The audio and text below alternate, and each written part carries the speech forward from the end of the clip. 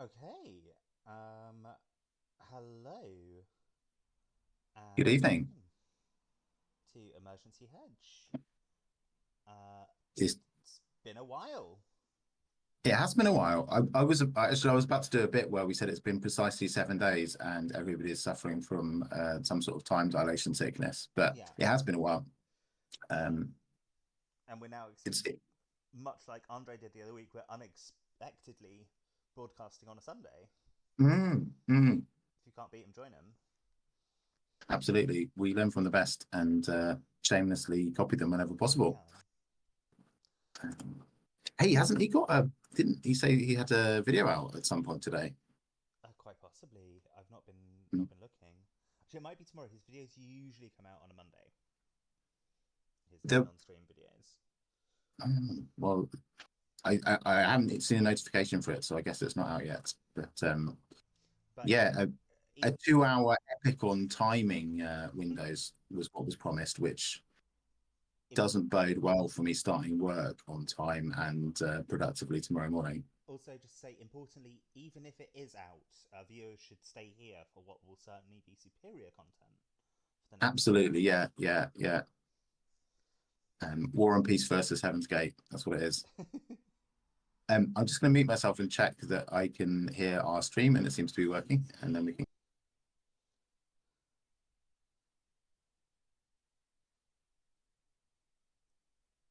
uh, I'm going to say all something. loud and clear. It's looking good. Yeah, But say something anyway. both of us. Yeah, are both of our levels good? Ah, I only heard myself, which has caught us out in the past. Bear Mm. with me again. Yeah, um, I'm sure there are ways let's the pros do these things, but we don't know them yet. I think they have people watching who tell them it's good.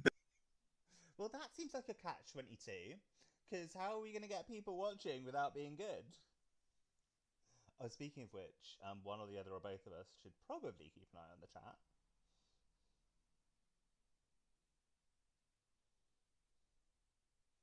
I vaguely remember there being some sort of button to do that from within OBS, but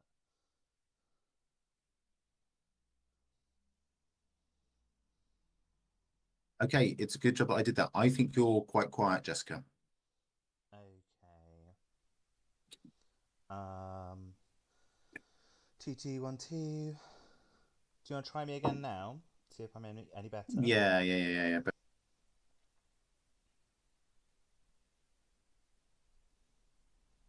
2212. Mary had a little lamb. Just a little lamb. A little lamb? Mary had a little lamb. Its fleece was white as snow.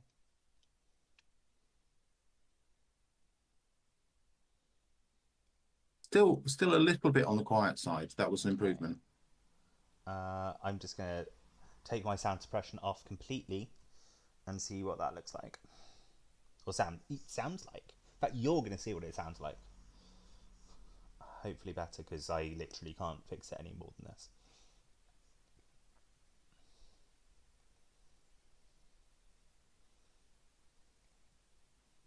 How's that, Dave?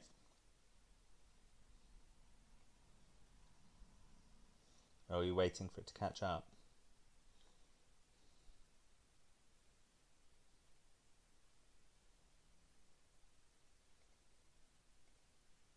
Dave? Um, yeah, it works. I'm still a bit louder than you. So Okay, maybe turn me down if you can't turn yourself up anymore.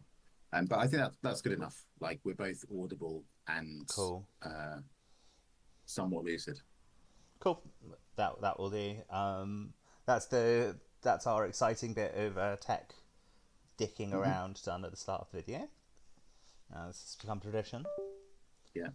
Um, Right. Do you want to? Well, first of all, do we have any news that we want to chat about before we get stuck into the stream? I believe they've recently announced. Wouldn't it be cool if I opened the webpage now and it was like all the spoilers were out? Oh, it'd be so good. They've recently announced a new lead designer.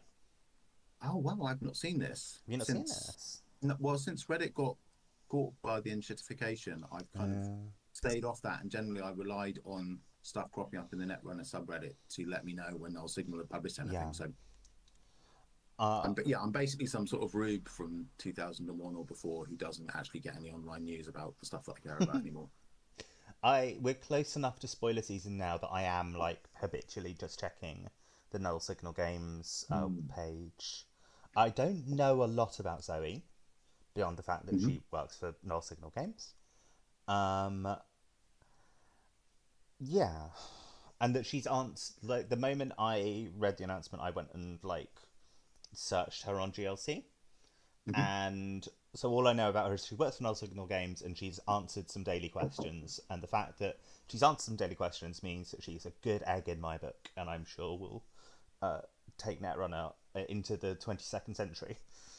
I'm very glad that she's cleared that bar. Was she on the design team before this, or she was in a separate part of Null Signal? I would assume she was previously part of the design team, but I don't actually know that for sure. Oh, she joined as a playtester for Uprising and joined the development team during work on System Gateway and System Update. Joined design team for work on Borealis. Liberation, first product I've been involved with the design from the very beginning. So that sounds like joined design partway through Borealis. Yeah, that does sound cool. Like that, doesn't it? Cool. Also plays bass in a folk punk band. That's very cool. I mean, it's all good things. It's all good things. It all sounds like the sort of person I want in charge of my Netrunner. Yeah. Do you have any news, Dave? I don't actually really. I have been playing a little bit of Arkham by myself. I have not been playing any Netrunner. I've been DJing a bit. That's been fun. Oh, cool. I haven't done that for ages, and it makes me so happy. But that's not really relevant to the stream, but it's been cool. I've only played a little bit of Netrunner since we last streamed. I don't think I played any games at all on JNet. I think I played a few games in my local meta. All against... I've got a terrible habit of my friend Lou and I quite often meet up for coffee before our like Netrunner games on a Monday night at my local meta. And then because we get there first, we start playing a game before anyone else arrives. And before we know it, we played like 4 games against each other all night and not played anyone else. So like I played 90% of the games I played in my local meta have been against one guy. Who I enjoy his company very much. I enjoy playing Netrunner against him very much. I don't feel like I'm getting the full diverse experience I should be from my local meta. That's fair, yeah. That sounds fun. Actually, I think it would derail the stream too much for me to tell you about the conference that I was at, but that was very interesting. I'm sure it was. Yeah. You could give a very quick TLDR. It's a little bit hard to without doxing myself. I met some people who are very deeply in the sort of modern day Doctor Strangelove world and had some very interesting conversations with them. And that's partly why we didn't have a stream this week. I'm going to definitely pick your brains about that some more once we're offline. Let's talk about the stream though. That's what our legions of adoring fans come to us for. So there is a CO that I'm going to on Saturday, the Liverpool CO. And when I signed up to it a few weeks ago, I said, do you know what I'm going to do? There have been a bunch of decks that I've been avoiding playing because I just don't think they're very interesting. But I have to admit they are the best decks in the meta. I'm going to go and learn those decks. I'm going to grind them really hard, and I'm going to involve myself in Netrunner in that way because I think that is a valid Netrunner experience. Just grind the best decks and be as good as you can at them. And then because I do find those decks fundamentally a little bit boring, I've been really avoidant about doing that and haven't actually even played the decks once.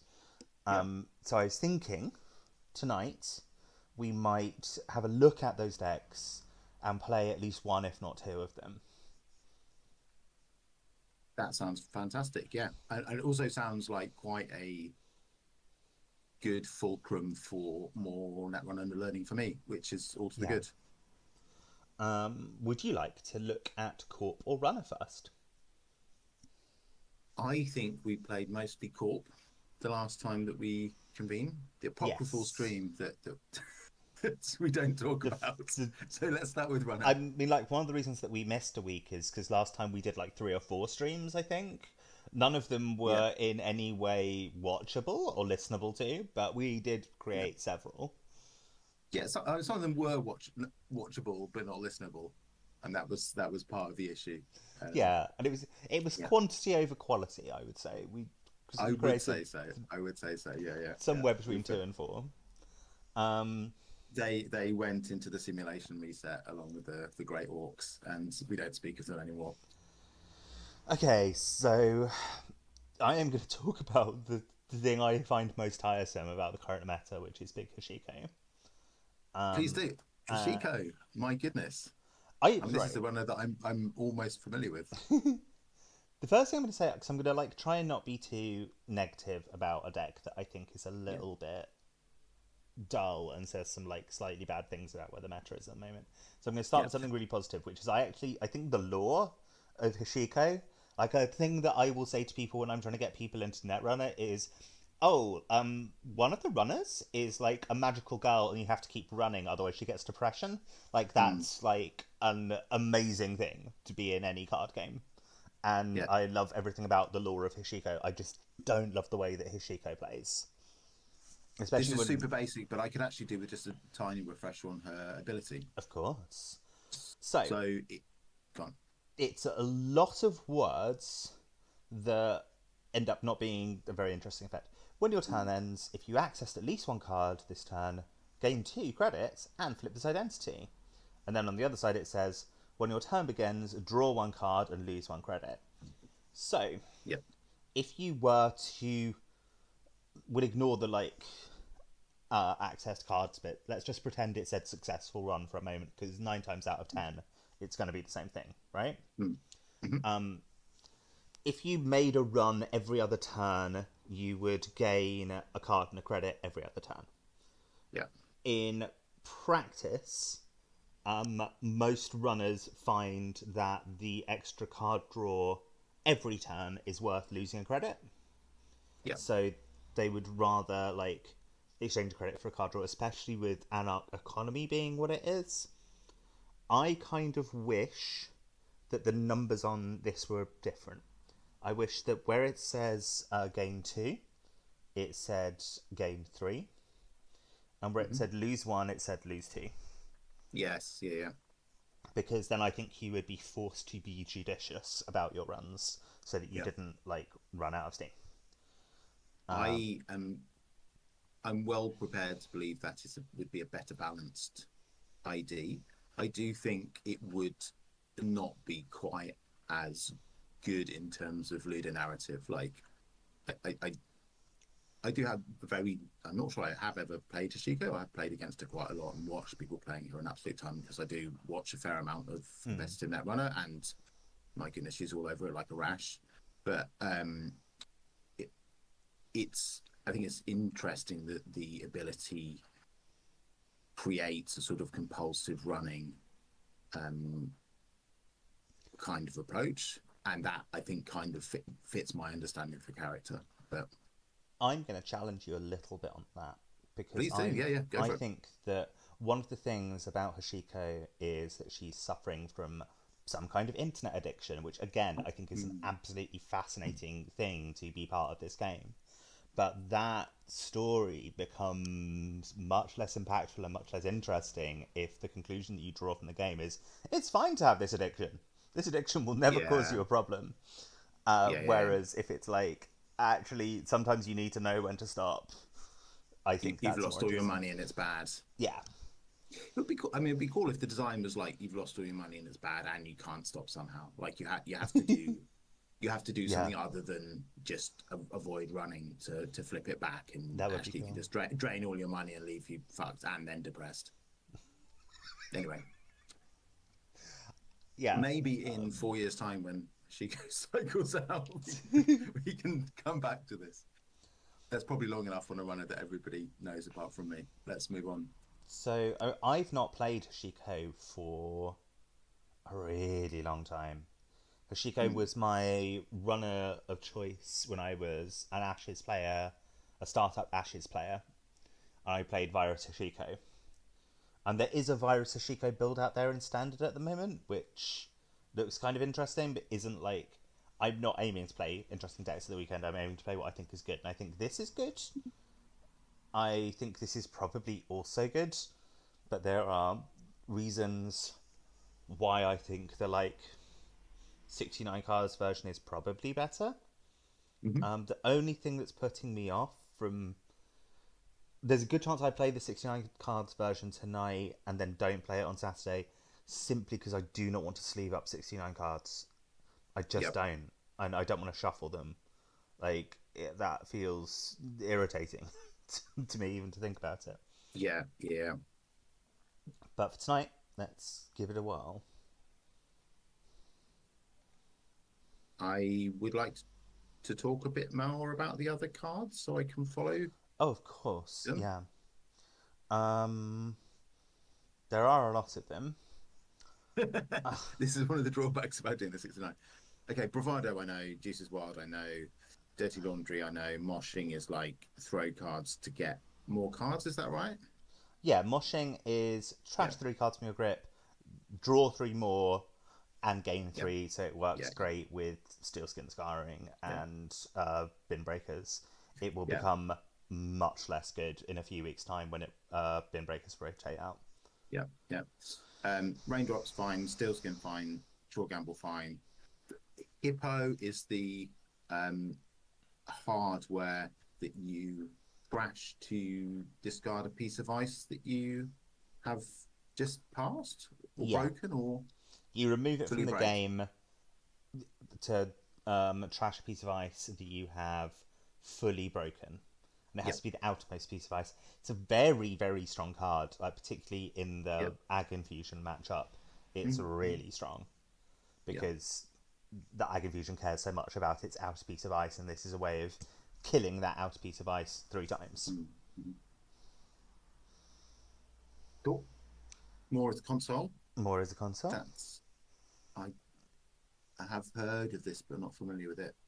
So I will actually be interested to play with this because I hate this when I'm on the other side of the board, which suggests that it's probably really fun to play with. Yeah. The first time each turn you access a card not in the archives and do not steal or trash it, the court must trash 1 card from HQ at random, which can be enormously frustrating. 0, suffer net damage, gain a credit and draw 2 cards. Do it once per turn. Not a card that I'm particularly familiar with. I'm going to guess you know casts. Have I lost you, Dave? Normal Dave will hopefully be resumed as soon as possible. I believe he's on his way back as we speak. Hey, Dave. I can't hear you right now. Which is a shame, because I presume it means nobody else can hear you either.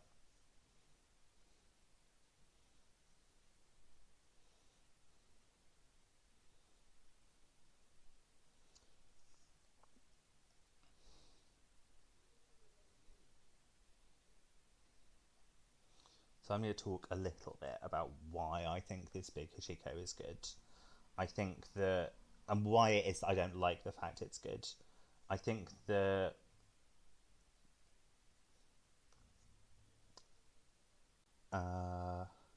Dave's just telling me that his audio's gone, which I do actually know that. Can you hear me now, Dave? I can hear you just fine. Great, I can hear you too. Sometimes. Cool, shall we go through... I was just saying you probably know daily casts, right? I do know daily casts. DJ Fenris, I know. DreamNet, yeah, fine. Earthrise, also fine. The rated accounts. The companions, I'm a little bit hazy on. I have a sort of general idea of what they do, but I couldn't tell them apart very easily. I know that Paladin is the one that's most popular, I think. Paladin's the most popular, and that's why there's 2 of them in this deck, whereas there's only 1 Mystic Mamie. Mystic Mamie is use these credits to play events, and Paladin Peimu is use these credits to install stuff. Are they both when your turn begins and some other and when condition? And when you steal an agenda, not when one is scored, but when you steal an agenda, you also get a credit. These are Is that the same with Mystic? yeah, I believe so. Yeah, They're yeah. so powerful, these, especially when like they're good enough to play on their own, and then you remember if you've got Kaiko installed, it effectively Mm, turns into 2 credits a turn. It's just mm, wild. yeah. Bankart, Bankar, I know and love. Yeah. especially good in this deck because you've got a billion cards. Yes. 3 of each Breaker, Hmm. 3 Botulus, 3 Fermenter, 3 Stargate. Awesome. Yep. Okay, we're good. Yep, I'm ready. it's what's the theory behind this deck? If you have a lot of cards, you'll be fine against PE. That's part of the theory behind this deck. And now watch Yes. as we fail to queue into PE at all, which would normally be a joyous experience. I will actually want to add the deck, won't I? You will. I will say I think there's probably um, a bunch of different versions. Well, there's definitely a bunch of different versions you can make of 69 cards, good stuff, Hoshiko.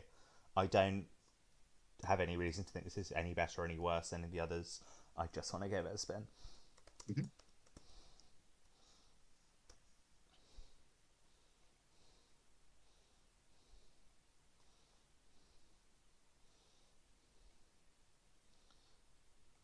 Hmm.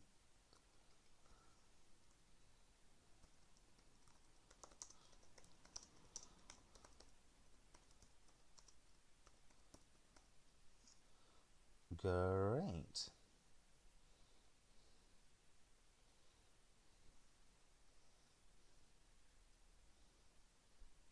And now we play the waiting game. He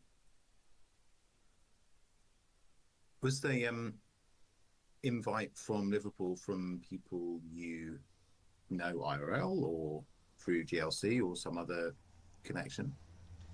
People from Nottingham Meta are going to Liverpool, and I'll be utterly frank, more than anything else, I just thought it would be quite nice to spend a day with my friends going to Liverpool. And like the Netrunner is kind of a cherry on the cake because I have Hmm. almost all of the prizing from this round of COs.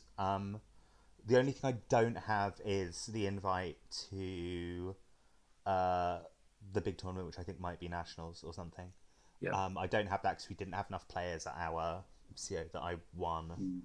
Mm. Um, there's an argument that I should just take the decks that did well at that CO, but I think the meta's changed enough that. Hello, I will lose. Let's play. Sportsmetal. Sportsmetal. How are you liking that hand? I'm not liking this hand at all. It's got slow money in it and admittedly 2 breakers. Yeah. But I think everything else about it is garbage. That's a bit better.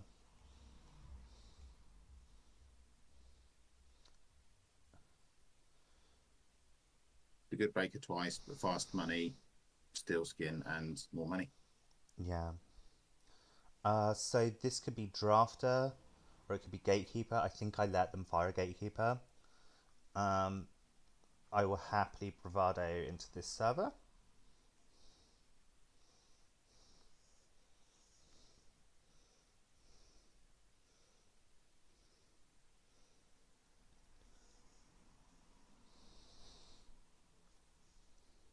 Against Sportsmetal, Mm-hmm.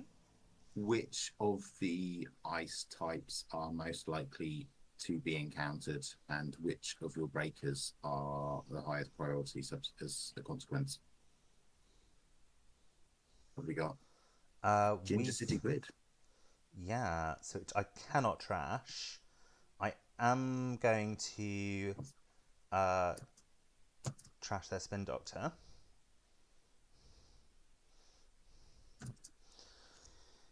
So they're planning on making a really big, nasty remote. I think I'm planning on not letting them do that. I'm just going to hop into the game so I can read the cards and not ask you to delay the stream. Okay. So Ginger City Grid. Oh, Yeah. did you hear It that says, extremely loud bit of sound effects?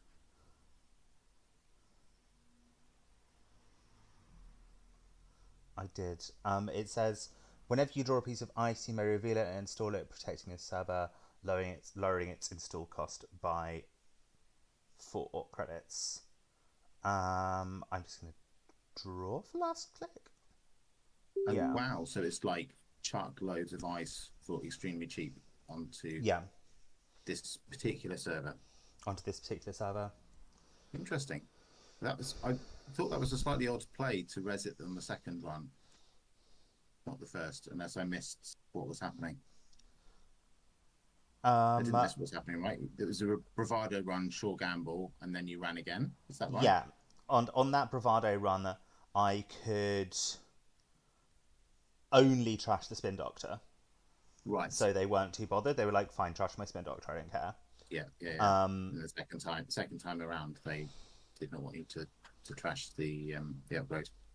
So what we're doing, I think, at this point is that's actually a good hit.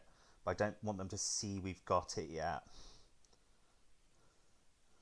We've got more. Yeah.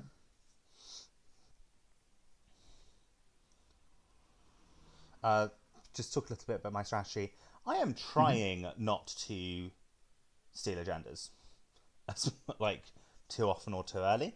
Like if I'm going to steal agendas, I want to steal a bunch of them at the same time. Yeah.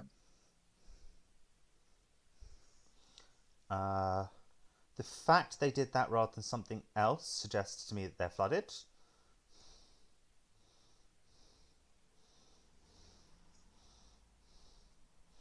Does this deck have any way to trash agendas? It does look like they're flooded. There's a Vitruvius in hand. This deck has more, is the way to trash agendas.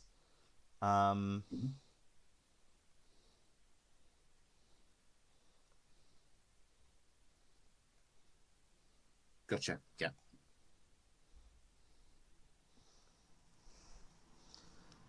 So I'm going to try and run HQ a bunch and steal and or trash things. My money's okay for now. Oh, another reason they didn't res the Magnet the first time was because obviously Magnet is good versus Botulus. And when I forced them to res it, the second time they lost that positive effect. Yeah.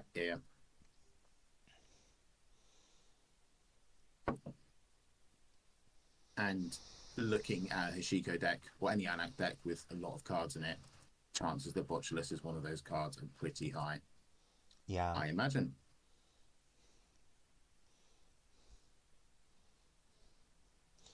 Now, the question is, do I go in and kill this Ginger Grid? I suspect the answer is yes. I think so. I mean, not that I really understand this deck what it's trying to do, but I think it stands to reason that if they want undoing the thing that they want to do is probably not a terrible play. Yeah, especially when I've got a fully charged liberated account on the board. So let's go HQ. It absolutely doesn't matter. Yeah. So Ginger Grid it's the install cost that you get a discount on, not the res cost. Yes. Yeah. So that's not as insanely overpowered as my first brief reading of the card suggested.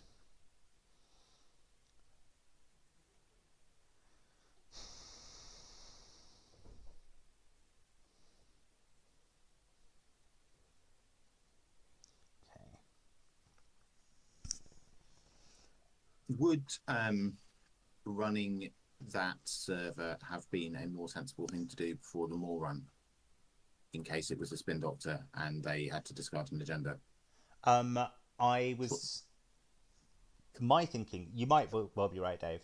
My thinking was maybe it's a Spin Doctor and maybe they pop it. when I run with pinhole threading.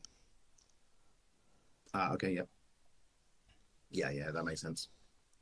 Okay, I'm going to not YOLO HQ. I'm going to run R&D instead.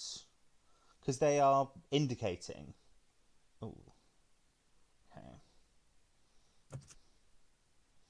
They're indicating they have got an agenda in HQ. Mm-hmm. But I don't want them to res a drafter, which is the kind of ice I would expect this deck to have. Yeah. I think they are drawing desperately for Spin Doctor, or indeed ice. Mm-hmm. Yeah. Where's that Botryosk going to go when it goes down? Probably on a resed piece of ice, I would think.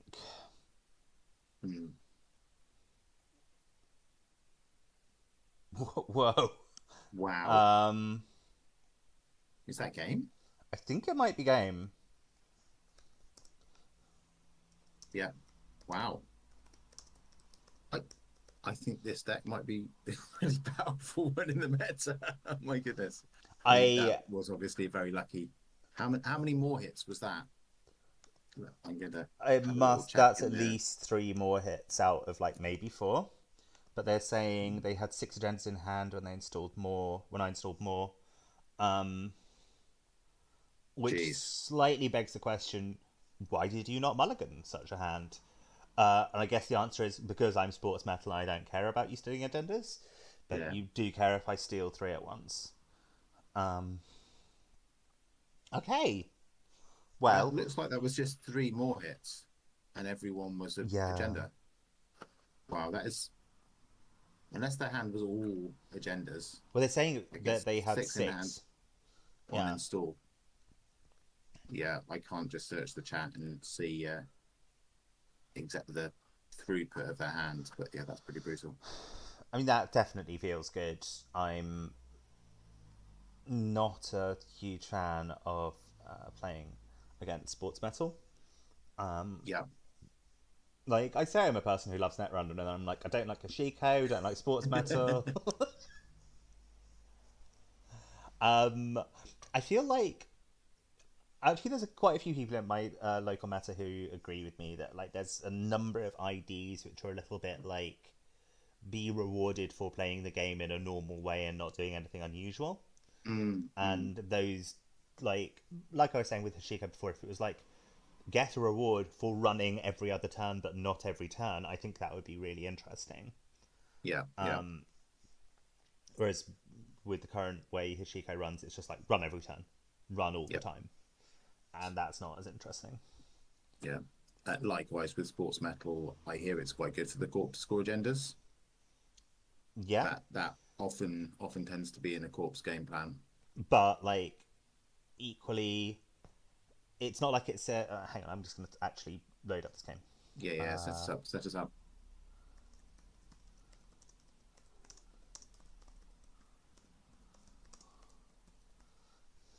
Hey, look, we're live, and then we've got a black cat.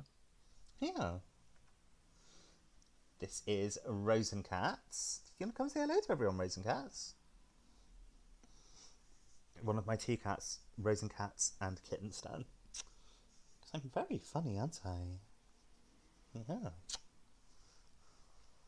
I'm glad that they've shown up in the correct order of their names. It would have been very disappointing if Kittenstan had arrived first.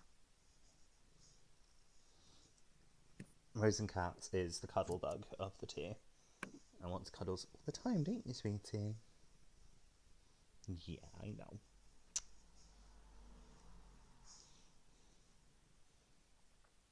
Oh, look, we've got someone on the chat. Oh. Is it wanted that there is a window scene in the bottom right corner? Oh, yeah. Oh, that might have been our... Is that us trying and failing to stream our faces? I think it is. Okay. I think it is. So I While we're waiting, you carry on with that. I'll have a little look at what the situation is. I've I can see what the situation is on my end as well. I've temporarily fixed it, but I think the problem is that thank you, person, for informing us of that.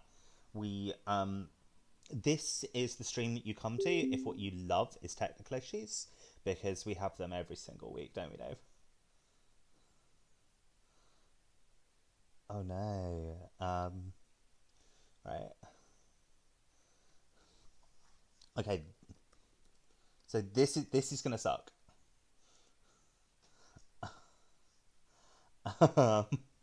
This is gonna suck real hard.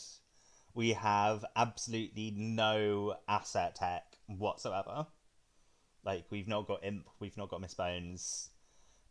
We have a reasonably strong economy, although not with this hand.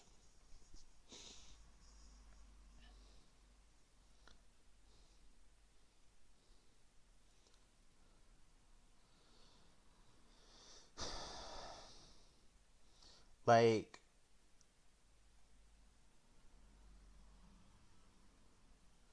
I feel we slightly have to YOLO things here and just hope they do not have hard hitting news as an opener. Fine, let's just do it.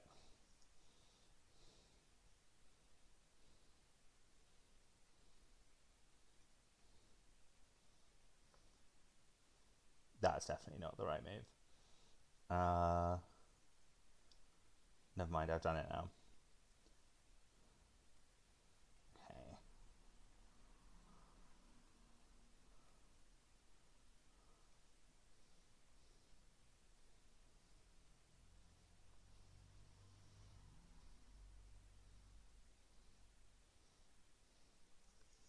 I thought you were ignoring me, Jessica, and then I realised I've just been muted for the last 5 minutes.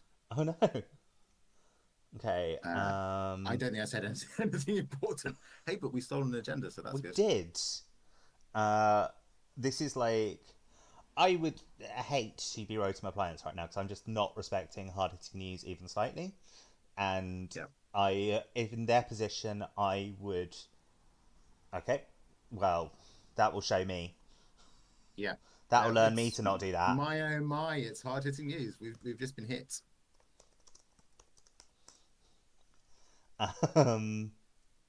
Hit real hard, in fact. Well, I mean, I think that we're gonna lose this game.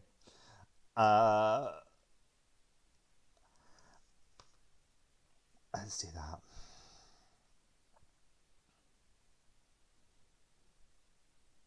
Remove another tag. And I mean, they don't have to boom this. There's no real difference between 2 and 3 tags. We're equally dead on either. Yeah. It's whether the boom is there now or arrives in the next turn or not, isn't it? Yeah.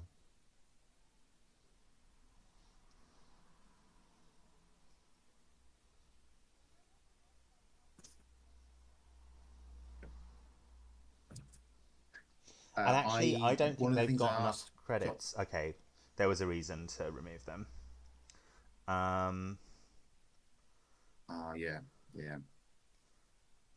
I would say for a deck that's mulliganed, they've had decent draws since they've mulliganed.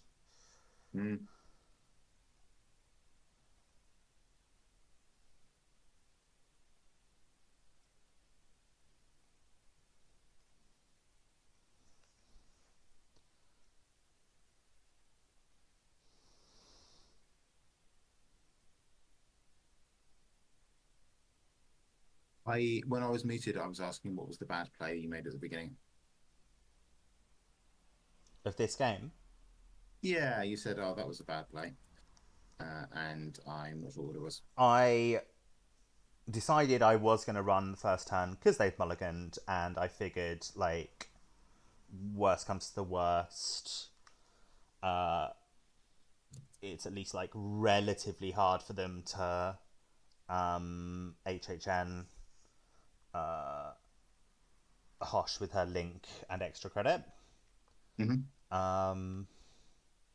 And like I'd gotten such a bad opening hand that it was like I do this or I lose. Was my Yep. Oh, this sucks extremely hard.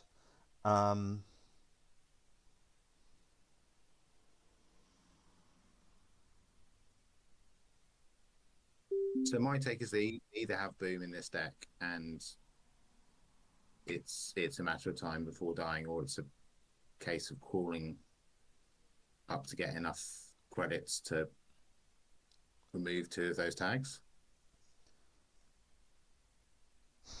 I think either Yeah. way, the amount of momentum that it's going to take is really going to. Sat Well, that things said, quite badly. Like yeah, if it yeah. wasn't for the fact we have 3 tags and 1 credit, this wouldn't be an awful hand. Right. Mm. Okay. If we can survive 1 more turn, we can get rid of tags and begin living our lives.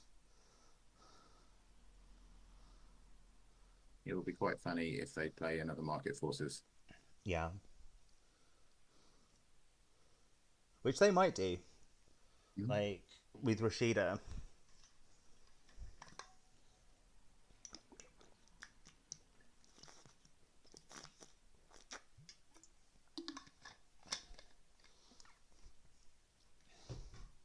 Okay, there we go. There we go. That's what they were doing, looking for it.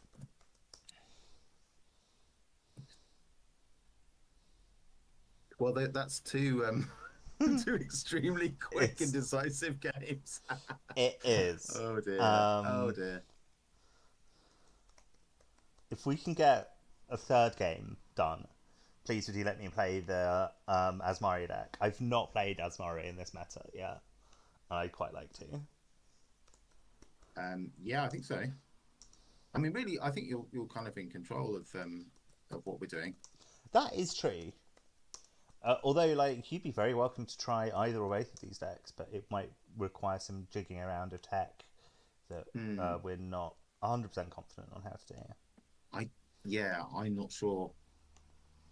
No, we probably could actually. I'm not sure I particularly want to, but Sure.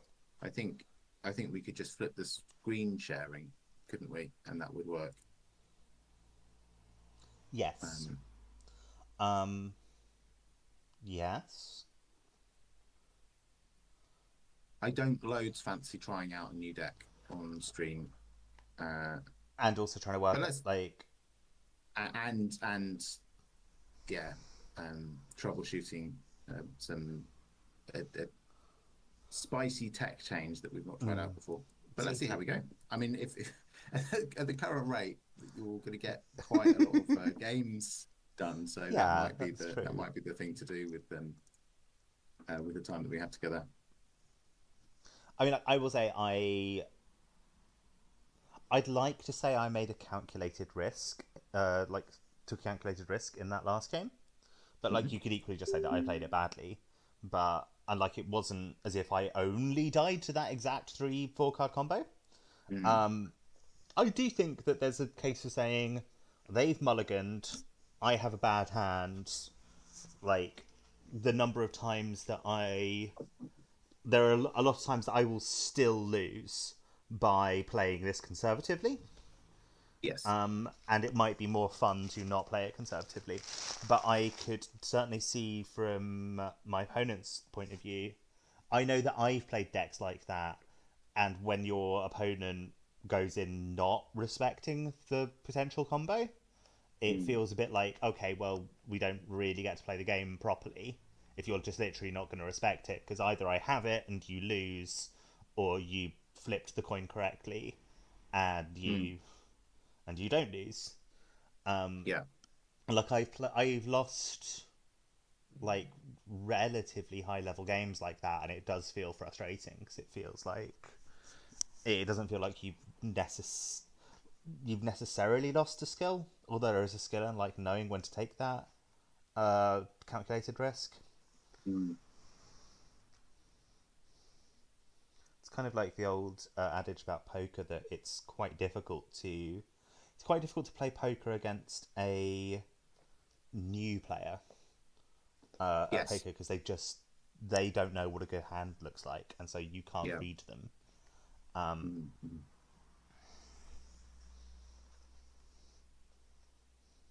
I do think in terms of plays, I do think when we were discussing whether it made sense to do the tags one at a time or build up enough to get rid of the next turn,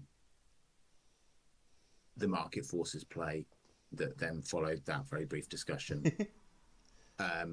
Yeah, I think Is the concluded only which would have been the better play in that situation. yeah, and it's like I kind of didn't play around one specific 2 card combo, and then I didn't play around do they have this exact 1 card, and in Yeah. both cases it was like, well, I don't think that they do because they mulliganed, which is like, Yes. there's no reason you can't mulligan into an excellent hand. Mm. So, what with this deck? What are the matchups that you would really like to see? You said that I that think was CTM, it's wasn't it? that was CTM. I don't think it's good into CTM. Uh, I think that it's here's the thing. I don't think it's particularly good into anything. I think that PE is bad into it. Yeah. Uh, because and any other deck that is expecting to deck you out. Oh, hello, Earth Station. What's that? Earth Station. Yeah, which you don't see a lot of in Standard. This looks like a reasonably cromulent hand. I suspect they will have some ice. I can kind of force them to res at some point. So I kind of like the. Maybe I should have mulliganed for fast econ, but I feel like I can't. There's not that much fast econ in the deck to mulligan for. I've got Mm-hmm. raindrops if I really want it. Yeah. So, what's the flip side of Earth Station? The flip side of Earth Station says that it costs 6 credits to run the remote.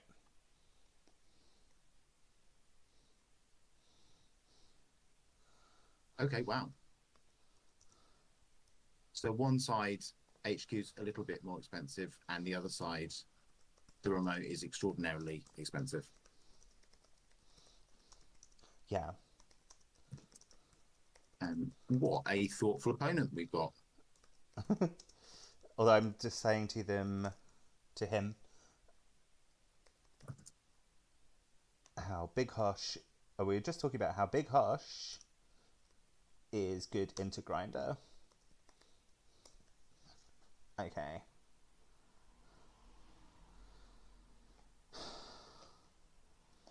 Do they? So that was install ice, click, click. Yeah. What ice could they want 7 credits for? That's a good question. I don't think it's necessarily like they could have. It could be any number of ice. Alright, that's a little bit too tempting for me to leave it. I'm going to Bravado HQ. Mm-hmm. Okay, there we go. It's an Afshar. Yeah. It's not 7 credits at all.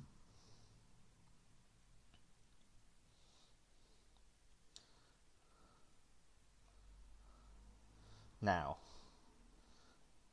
if I can be really crafty and get down to 2 credits, I can raindrops HQ and not lose the money, but get a 2-card draw.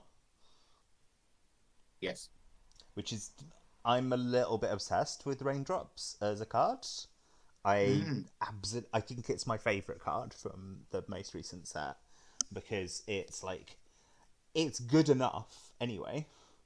Like it's just good to get some money for making a run. Yeah.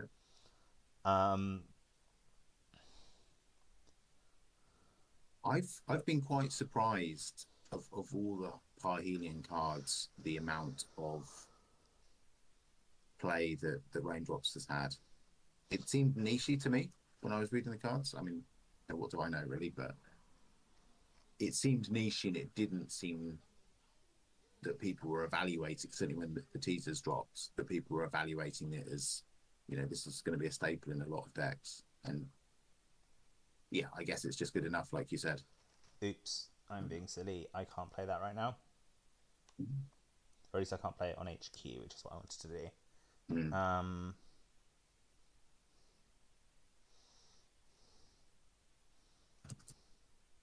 Why can't you play on HQ?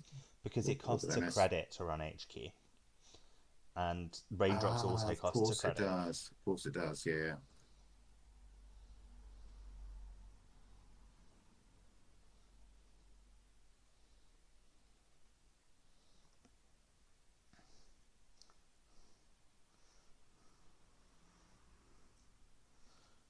Which kind of makes raindrops in HQ less of a like, oh, it's really cool that I managed to get you to fire 2 subroutines type thing. Mm. If I've spent 2 or if I've spent an extra 1 just to do it anyway.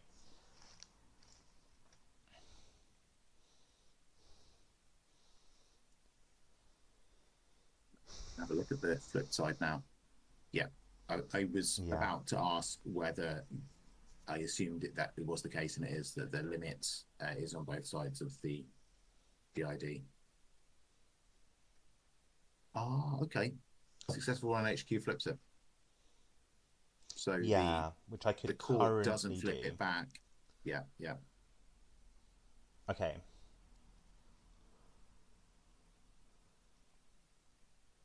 I have a feeling you've played this. I've played this with you playing it against me many, many moons ago.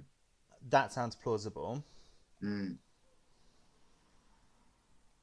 I don't think I had much of an idea of what was going on, really. Probably just trying to understand my cards.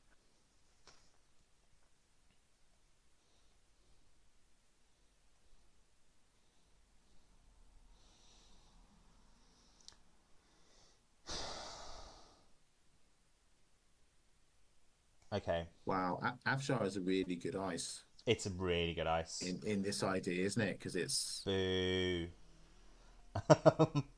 oh no,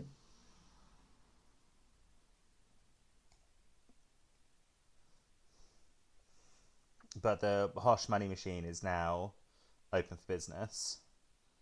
Um, yeah, that's what I expected. I think they'll take out DreamNet. Yeah.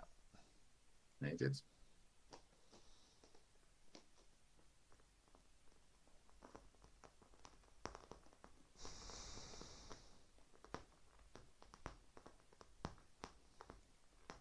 So, what's your broad game plan playing against this ID? Get into R&D. Okay. And I have a lot of what I need in order to accomplish that right now. Tell me what you have and what further is needed. I have Stargate, which gives me a good Yes. R&D lock. Mm-hmm. What I need is breakers, Yes. and I do not currently have that. Have those? Paperclips in the bin, right? Is that right? Yes.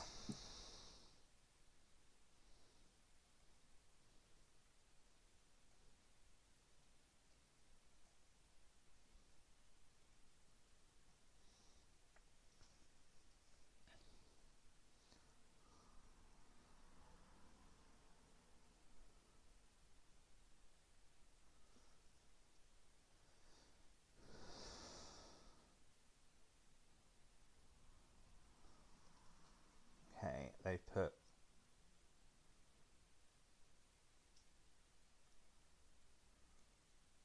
What was your reasoning for not picking up the SDS?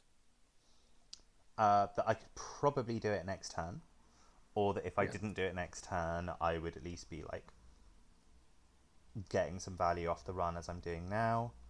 Uh,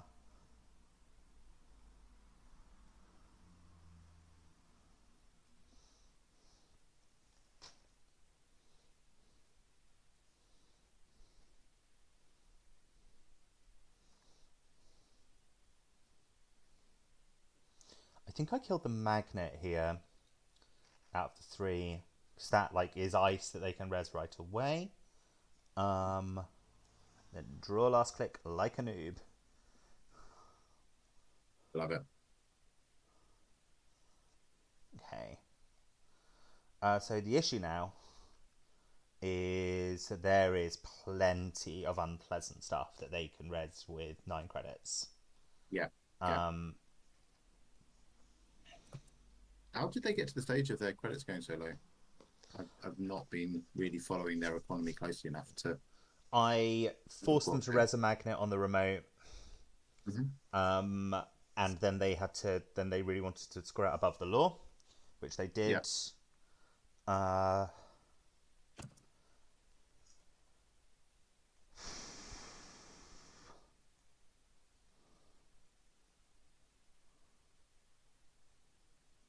That's a nice play, isn't it? It is. So what needs to be in place before you're happy to run to Stargate R&D again?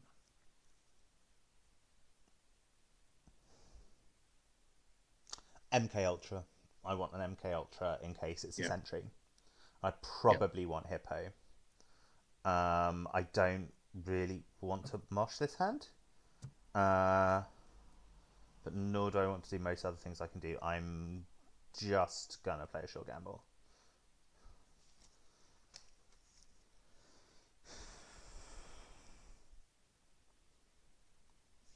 So this is obviously the downside of having a 69 card deck, is that I want a specific breaker right now. Turns out that 69 cards are slightly unreliable. Yes. Yes, indeed. Draw. You see, more's lovely, but I can't do anything with it right now because I can't access anything. Dirty Laundry, again, right, I'm going to mosh most of this hand. That's nice. Mm-hmm. Here is the MK Ultra you ordered. Yeah. Next turn, I think we go... we'd love that to be a Black Orchestra, because then we can, definitely...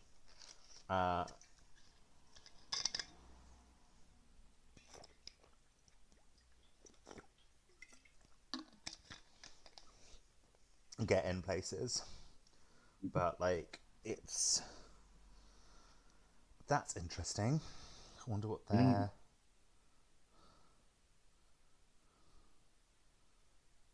So more is only accessed cards is a useful thing to know.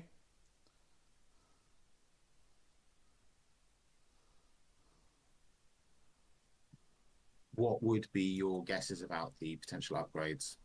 I presume it's a Chrysium grid on HQ. Mm-hmm.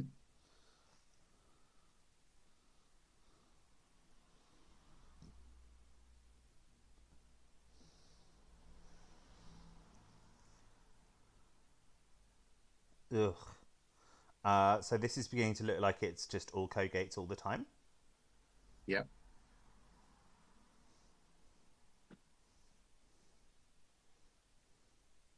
What a time to not have seen a Black Orchestra. Yeah.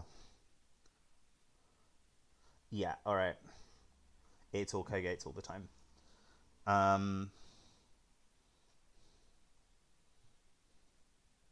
What's the thinking behind that as in terms of deck construction? I really don't understand it, actually. I can understand almost anything else. It's all end the run code gates as well, which is a bit strange. Unless the idea... I guess if it's trying to tax you, end the run is, if you're paying to do a run, then having your run ended is much more taxing than other stuff that might otherwise in other IDs be considered taxing ice. See what I mean? I do see what you mean. But this is... We're just going to be drawing a bunch. Yeah, they've scored an SES. We've got two more Stargates. Yeah. But what are we supposed to do if we cannot find any cards that we need? That's a card we need. Yeah.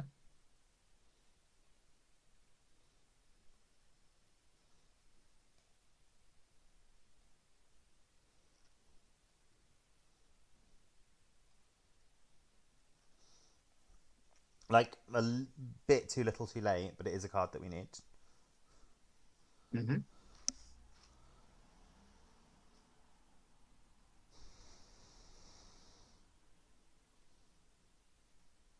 So they swapped the thimble rig with the magnet. Is that the first time they've moved the thimble rig around?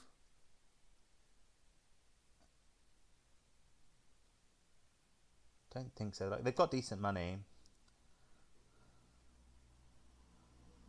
Actually, I think that thimble rig started in R&D. I think it's been swapped back, hasn't it?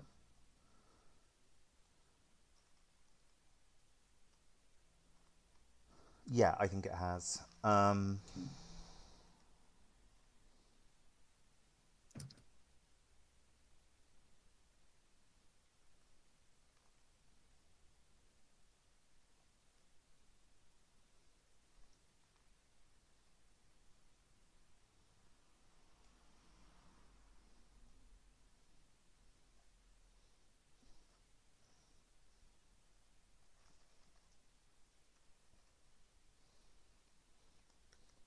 I need to actually install the icebreaker before I can do this. I would Yeah. advise that.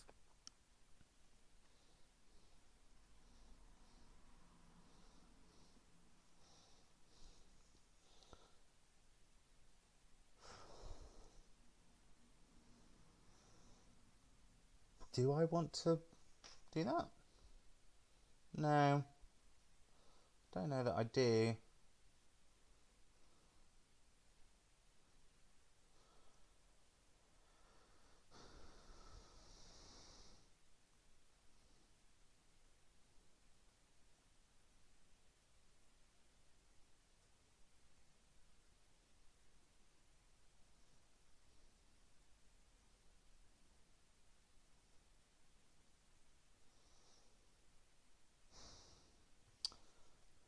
Right. Just thinking. So we run HQ. It costs us 5 to run HQ. Mm-hmm. And then we're going to pay a bunch to get into server 1 as well. I don't know if we can afford to do all of that this turn. But, like, this could literally be the winning agenda is the problem. Yeah. I might have screwed this up. Could a dirty laundry on one of those runs make all the difference? Yes, it could. So let's do that.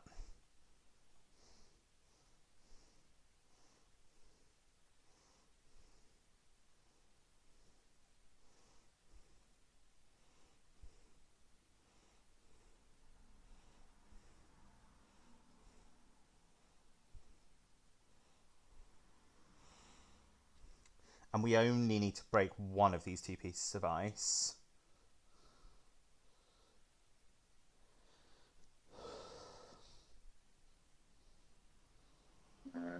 We can use Bankar for one of them, right? Yeah. Okay, they've won. Oh, yeah.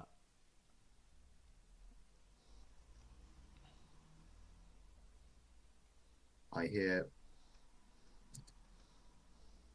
the border control is a good card. It's a very good card.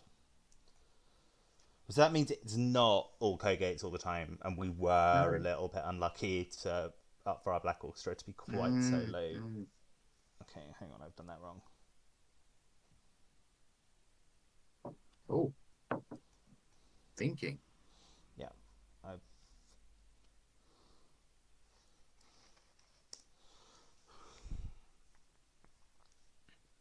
like if they've got to think about it, that means they haven't got the game. They haven't got game. Yeah.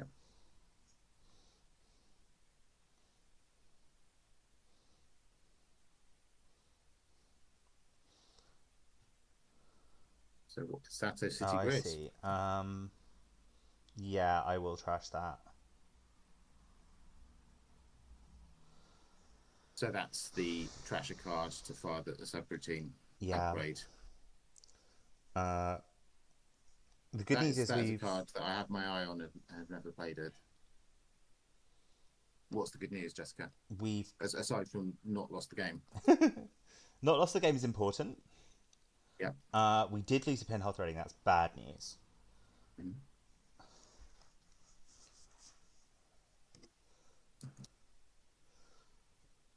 We're going to draw 3 cards next turn. Mm-hmm. We've got 12 credits on a liberated account. We've got access to all of our breakers. We've got Takashia, Bankar, Ulga.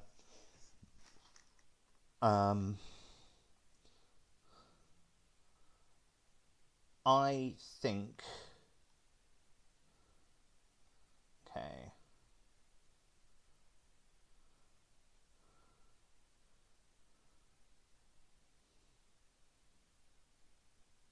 Okay, let's go. Order does matter a little bit because we want to make our Bankar choice last. I think I'm going to Bankar choose R&D. R&D, I choose you.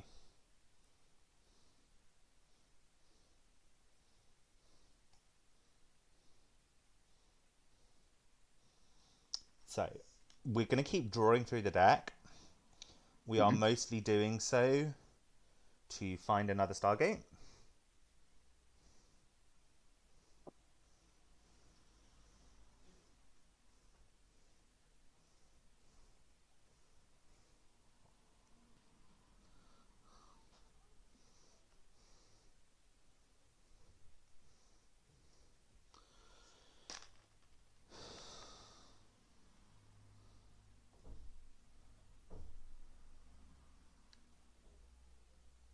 And we still want to send a message, which is extremely exciting news. So we are both now. That's interesting. And another barrier. Yeah. Crops up. Wow. So increasingly fewer code gates, increasing less of the time.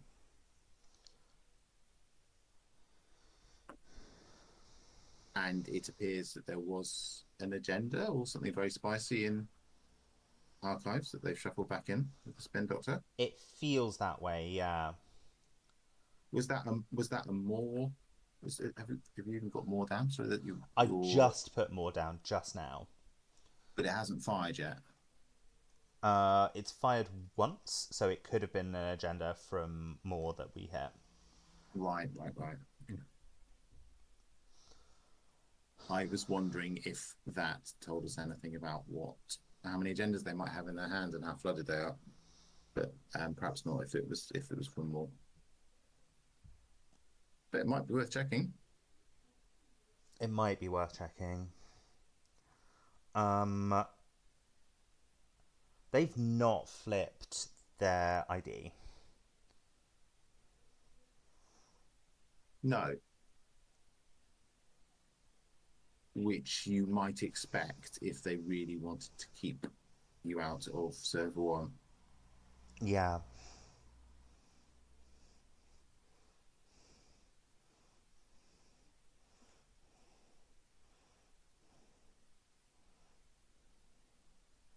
Or it might just be the case that they couldn't spare the click and whatever upgrade in HQ and whatever ice on HQ were considered more effective at preventing you stealing than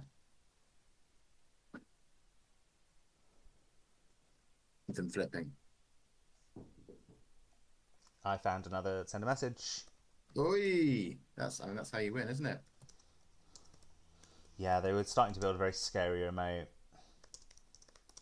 Oh, I hope they show us what all the cards are. I'd be interested to see.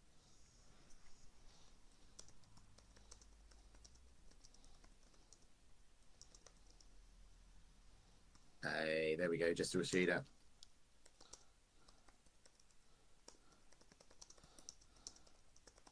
That makes sense. Yeah, they played it very well as well. Like, they did the fun Wayland thing of firing the agendas that trash your cool stuff at the right moments. Yeah. That was a really good game. Yeah. I mean that Stargate trash was yeah. I think came at a time when it looked like you were really in control of things Yeah. and like just completely spiked your guns for a substantial portion of the later half of the game. Yeah. I did genuinely think it was just all going to be Kogates for a minute, but like clearly it was just a very odd ordering they got to their ice. Yeah. Look at this. All Gates versus no. Um, Haha, yeah, we were speculating. no Black Hawk. Yeah.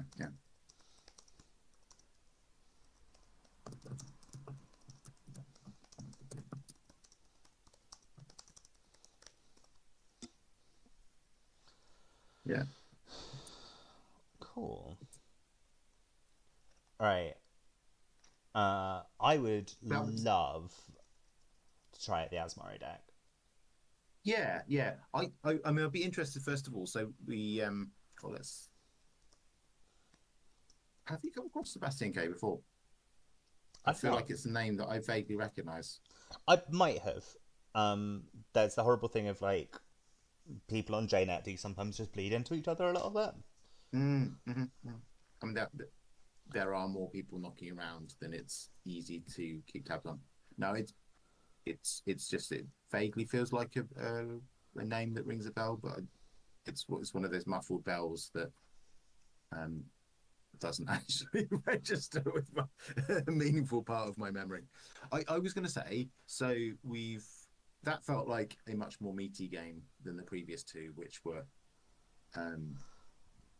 over before things really got running. I would just be interested in some of your reflections on the deck.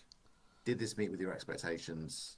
It met with my expectations of something that is basically designed to be inconsistent. There were 2 or 3 turns where I was drawing to find the breaker that would have made like the make or break breaker. It didn't. At that moment, I didn't feel like a powerful netrunner in charge of my own destiny. I felt like someone waiting to draw the right card. And that is a feeling I don't like very much in Netrunner. I don't mind where it's like, hey, I know this deck super well. I know that like if I install Gachapon now, I've got a 1 in 3 chance of getting exactly what I need. Like that's a good feeling. Whereas this is just like draw, and fine. Like I get why that's powerful, but it's not an exciting playstyle to me. I mean, it's mainly powerful because at present in the meta, the grinder ID, the infamous grinder ID, is omnipresent. Yeah, and it trades off that consistency for the fact that it's extremely hard to deck you out, right? Yeah. I mean, there's a kind of. I feel like there's an odd arms race that's happened where Hoshiko can be incredibly aggressive and kind of never run out of steam because they've got such a strong economy. So Corps have said, okay, you don't run out of money, but you do run out of cards. So that's what I'm going to exploit. And I'm going to create decks that build around the fact that you will likely run out of cards and also like punish you if you don't run, which is the solution to like a pure grinder deck. So like you've got these kind of PE decks that are like, if you don't run, I will kill you in a different way. And then it feels like the slightly boring answer that Hoshiko's come back with is, okay, I'll just play more cards. What if I had loads of cards? And the frustrating thing is that's correct. That answer, it seems to work. Although we've not had that matchup, I don't know what it's like.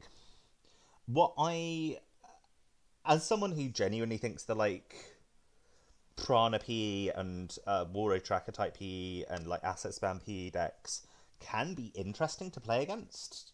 I kind of don't, but like they definitely do have a backup win condition of like, if you're just hyper aggressive against me, you'll run out of cards. You need to think about your runs, and I need to create situations where it's easy for you to make a mistake thinking about your runs. There is a frustration as a player who likes that to sit down on the opposite side of the table of someone who's just gone, I've got loads of cards. yeah, I refuse to Yeah. think carefully about my runs. Instead, I will just pack my deck with a load of ballast and beat you that way. Yeah. And I say that with full awareness that pure grinder decks, which are one of the things that Big Hoshiko's good against, are probably the most poisonous thing in the meta. Yeah. In every meta. Like I don't know how Potential Unleashed got printed, but do you know? Actually, I just realised you might not know what the heck I'm talking about. Do you know Jinteki? No, I was about to ask. Potential Unleashed. It's Let's take a look. for some reason that form of words. You've got PE, you've got PD, you've got.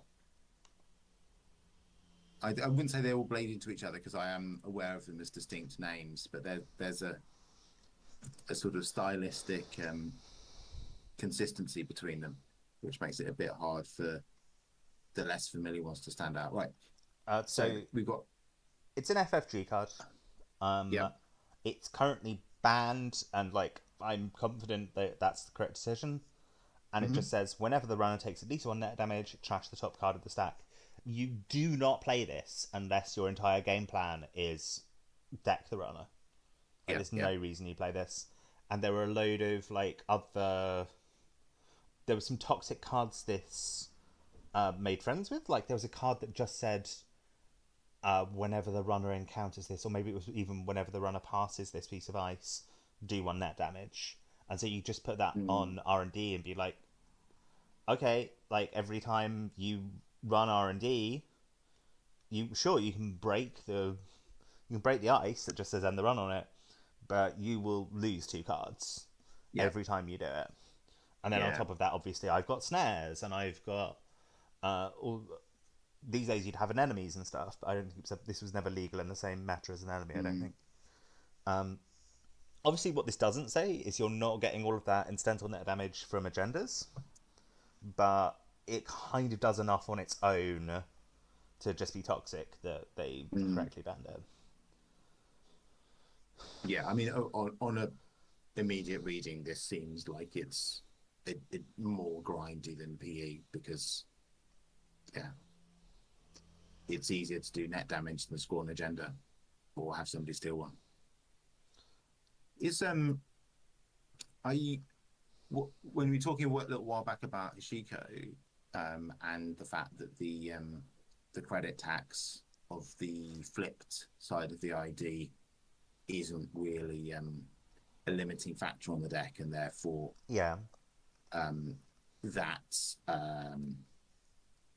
hey, let's all listen to me to try and summarize your points when I understand them less well. So that has opened up an opportunity for the rise of grinding as a counter strategy. I thought it, given that we have basically been told by the balance team during the last time that they updated the ban list, that next in their sights is runner econ, which I assume means largely anarch econ. It will be quite interesting to see if those changes, when they come, change that up at all. Like, it would be nice, as you've said several times already today, it would be nice if that credit tax on Hoshiko was more of an imposition. When I used to play Hoshiko in Startup, it felt more, and this might just be me being like, when I play an ID, I'm doing it properly. When other people play it, they're being they're being banal Netrunner players, whereas I'm sophisticated. When I used to play it in Startup, it's an irregular verb. I play Hoshiko, you do something appalling. When I used to play it in Startup, and it might just have been that the economy in my deck just genuinely wasn't very good, but it felt like I did have to think about it, and there was usually at least one point in the game where it's like, I'd like to make a run at this point, but if I do so, I have to worry about my economy. Because, it's not... Taking that turn off is actually worth 3 credits. Because you gain 2 the next time that you run, then. You don't lose 1 this time, and you gain 2 next time. Yes. But somehow Hoshiko's economy is so good that most Hoshiko decks just never ever need to think about it. Like, there was no point during that game where I thought to myself, maybe I need to take a turn off. It was just always better to keep that pressure going, because you gain so many other things from running too, right? Not least of all, accesses. Yes. Yeah. I should try and be a bit less sarcastic on our streams, but in similarly to what I was saying about scoring agendas turning out to be quite a good strategy, I hear that running tends to be quite a good strategy for runners. Well, by design as well. Like, I get the feeling that if there's been one through line for the design team, they have made an executive decision that the fun thing in Netrunner is running. Yeah. And a lot of their card design encourages running early and often. Yes. I am of the opinion that running is the most fun when it is a calculated risk, rather than something that you should be doing as often as humanly possible. For example, I think it would be a little bit of a shame if there was no let's call this meta Azmari.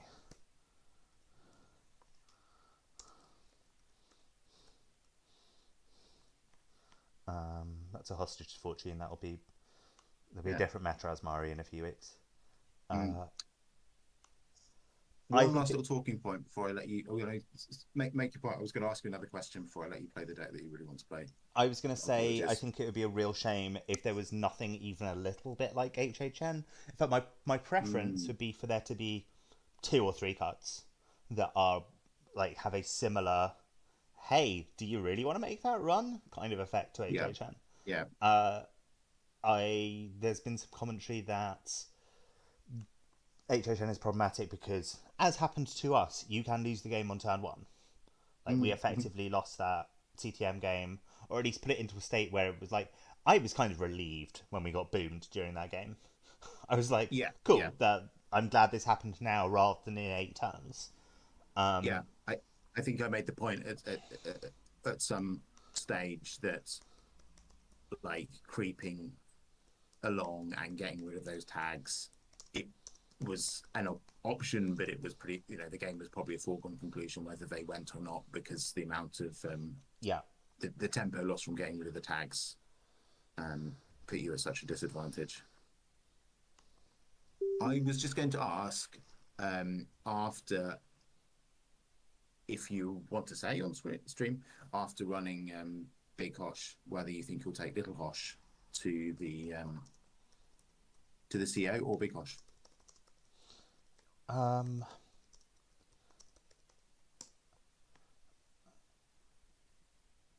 This is an intense mulligan. I've rarely mulliganed a hand quite so. It's full of ice, but I feel like this is a rush deck. So let's mulligan that.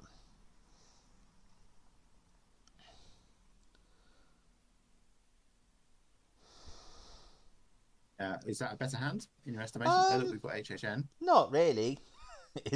I have got HHN, that's true. I think it's going to be like install. I mean, the question is, do I save a bit of an ice for the remote?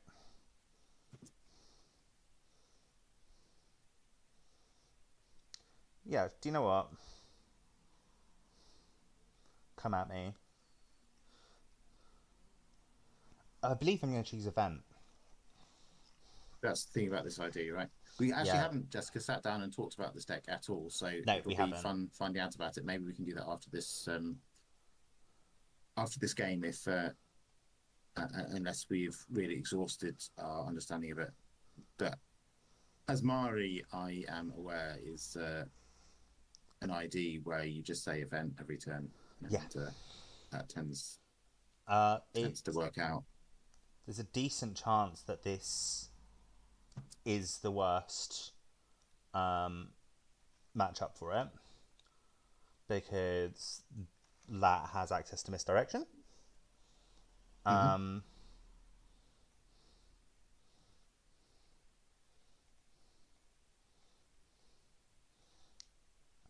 And I also suspect Encoder might be quite good to play against this deck.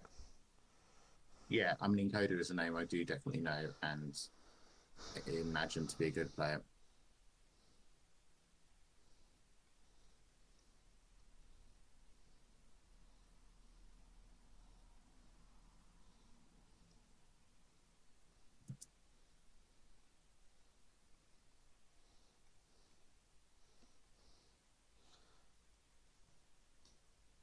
And they've got SMC down.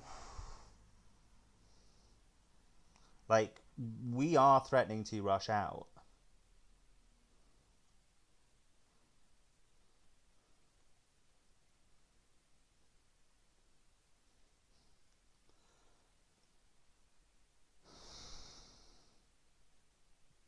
Playing from HQ.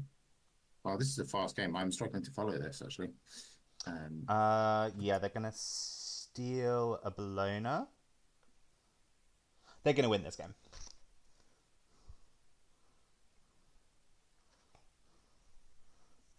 It definitely seems that way so far. Yeah.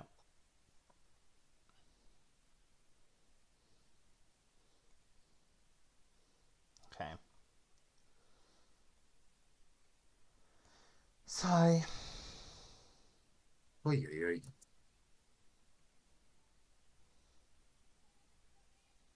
Yeah. Like I could hard hitting use them, but What I could hard hitting use them, but they will just go and get misdirection, which we could force them to do.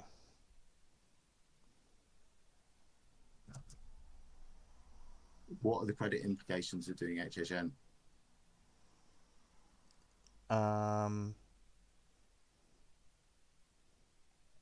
Like not terrible. I reckon do it, yeah. Well, you have.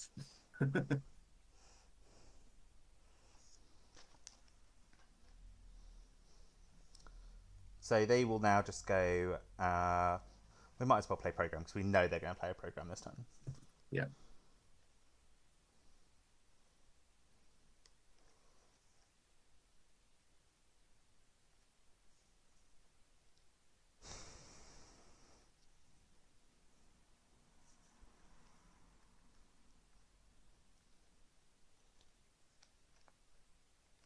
There's misdirection. Yep. Yeah.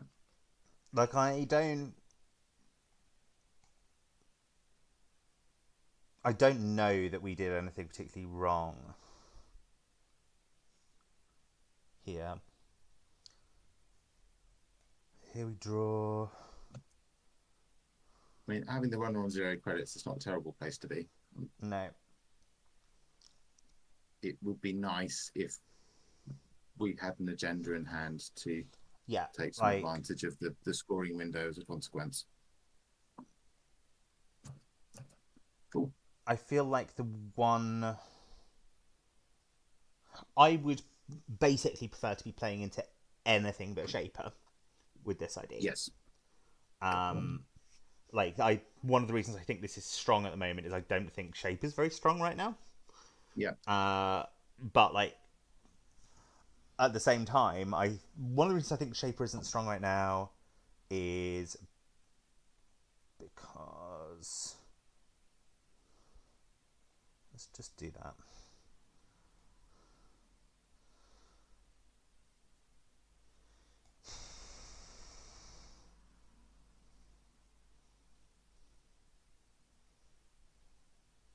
Do you mean to put that in a different server? Nope, that's where I meant to put it. Huh.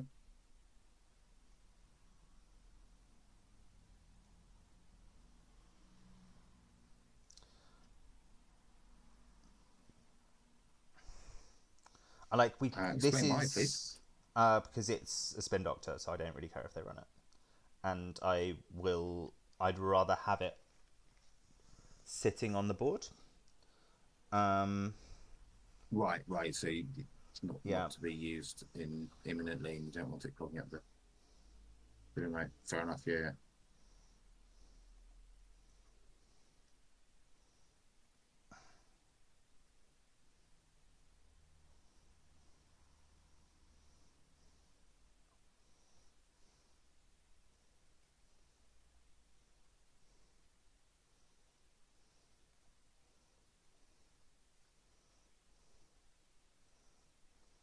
you had started explaining why you think Shape is not very strong at the moment, and I think you were going to lead into I think explaining why you really don't want to play against Shaper in this ID. I'd I love to think hear Shaper is both of those things. complicated to play well. Mm-hmm. Um, like it's not even necessarily. I think it's weak. I think that, like I said, I think Shaper is complicated to play well. This person is Mm. playing it well. Yes. And I am playing. I suspect playing this quite badly. Oh, for goodness sake, it'd be really nice to have an agenda right now. Mm.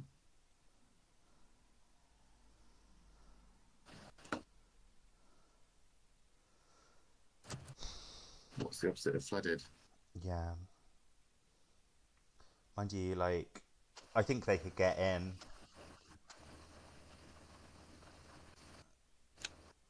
They're just waiting for whatever it like. I'm not resing a hard to use anytime soon. Like this seems to be a deck that's good at playing around basically everything that we do. They played. Okay, to be fair, they played 5 events, but I think they've been really good at clumping those together. 5 or 6 events. Mm. Yeah. But this.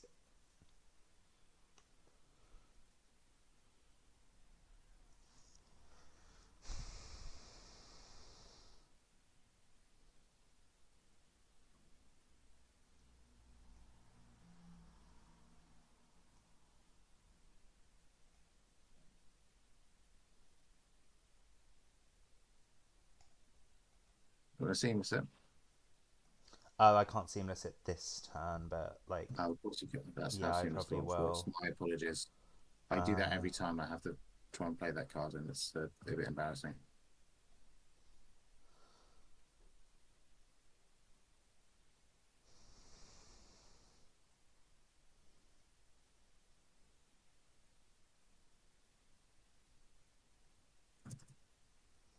yeah, this is. They put it right. Yeah, they win. Yeah. But like, this I don't think has a. Fairly certain this doesn't have. Thanks for the game.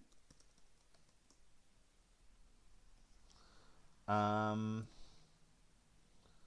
I don't think this deck has a fast advance option, unless you can't count Seedless Launch as a fast advance option, which you can. Uh, I do think as well. I think I'll say about Azmari Mm-hmm. is I think it's a skill check. I think we just saw someone very skilled play into it. Yeah. Yeah. Um, and so it didn't present much of a challenge to them. They also like, as is necessary in Netrunner, had the cards they needed when they needed them. Yeah. Uh, and I will say I didn't. Like you want, ideally you want Econ Warfare and Hard Hitting News at the same time. That's what makes this deck really powerful. And we didn't have it. It sounds like now is the time for you to talk me through the deck. Yes, now is the time for me to talk you through that. Let's do So that. the I suspect I'm about to paraphrase the actual like write up of this deck, but like I That's think it fine. says something like it is better for the runner to be poor than for you to be rich. Yeah. And the big things that this deck does is it has economic warfare, and it has artificial crypto crash, and So relatedly, Crypto Crashes lose seven. yeah, Let's see what economic warfare does. if there's been a successful run, Mm-hmm. they lose 4. If So they have like 4 to lose. if they have 4 to lose. Mm-hmm. Yeah. So actually, have I left the game open? Because I wouldn't mind. No, I haven't. I would be curious to see if Encoder left a window for if I had economic warfare and hard hitting news. I think that their like 2 daily casts at the beginning put them in really good stead. Like Yes. they dodged my free 2 credits. Like also like being Azmari, it's really hard for a deck like Grey Tongue, which is the ESSA deck that just plays Yeah. loads of Yeah. events, or indeed like actually quite a lot of lat decks. Like I don't know what the console was in that lat deck that we just played against, but a lot of the time the console will be Anacam. And if you're playing Anacam, you're playing loads of events, in which case you're giving me loads of money, and it's really hard to avoid giving me 2 credits every turn. Yeah. But in any case, like, what this deck does is it plays a combination of Artificial Crypto Crash and Economic Warfare and Hard-Hitting News to then usually use Gaslight to go and find the one boom in the deck and win the game. Yeah. Or use the like fact that the runner can't afford to run at the moment to yeah. Could what does 15 minutes do? Makes it a legal deck. Yeah. Like, is the 7th point as well is like a really like safe 7th point. Yes. So if the runner steals this, you can just click it back. If you draw it and it's the 7th point that you need, you can just score it. Yeah. Let's have a look at the ice. I think I'm fairly familiar with the ice. I couldn't tell you what IP block does, but I IP block's a very important piece of ice in this meta. It's particularly good against AIs. Yeah, it's the one that's good tech against the turtle, right? Yeah. So like this deck is very well teched against Hoshiko, because Hoshiko wants to run every turn, and this deck says if you run every turn, I will Economic Warfare and Hard Hitting Easy.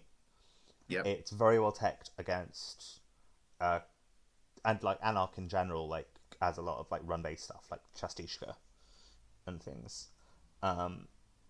It's very well teched against Criminal, because Criminal generally wants to run Turtle if it possibly can, and this has got IP block and says you probably don't even want to install Turtle against this deck, because if you install it, then you'll be just grabbing tags every time you hit IP block, which will be a lot.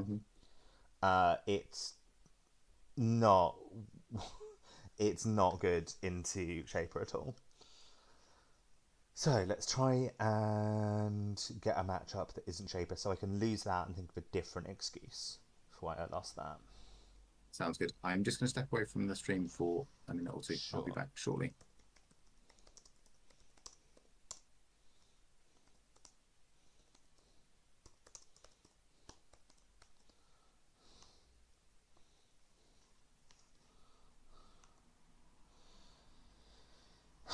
Right. Hang on. Have I remembered to say that is a corp game I have? Let's select the deck. After having been so excited to play this deck, I've just been like absolutely trounced playing it.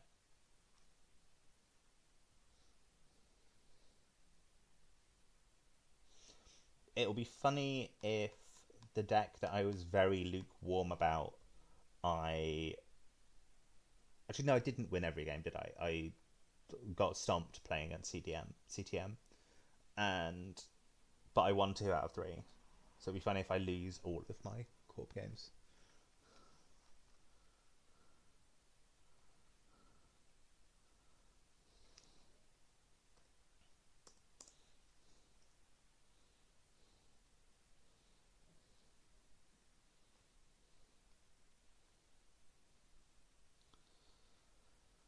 I'm going to see if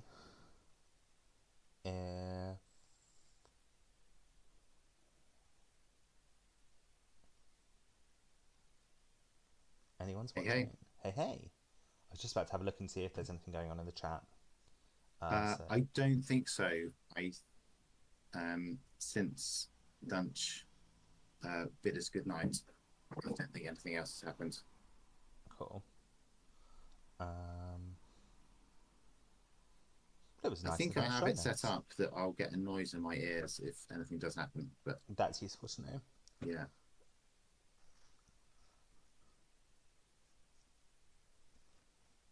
Now, are people avoiding us because our fearsome reputation on the Netrunner circuit?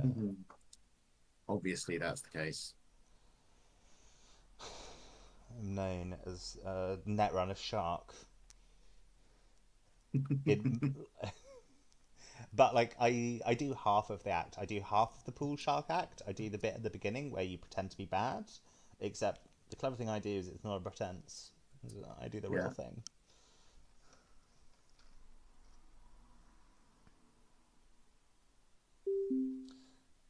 You had me all excited there for a moment, Dave. Sorry. It's okay.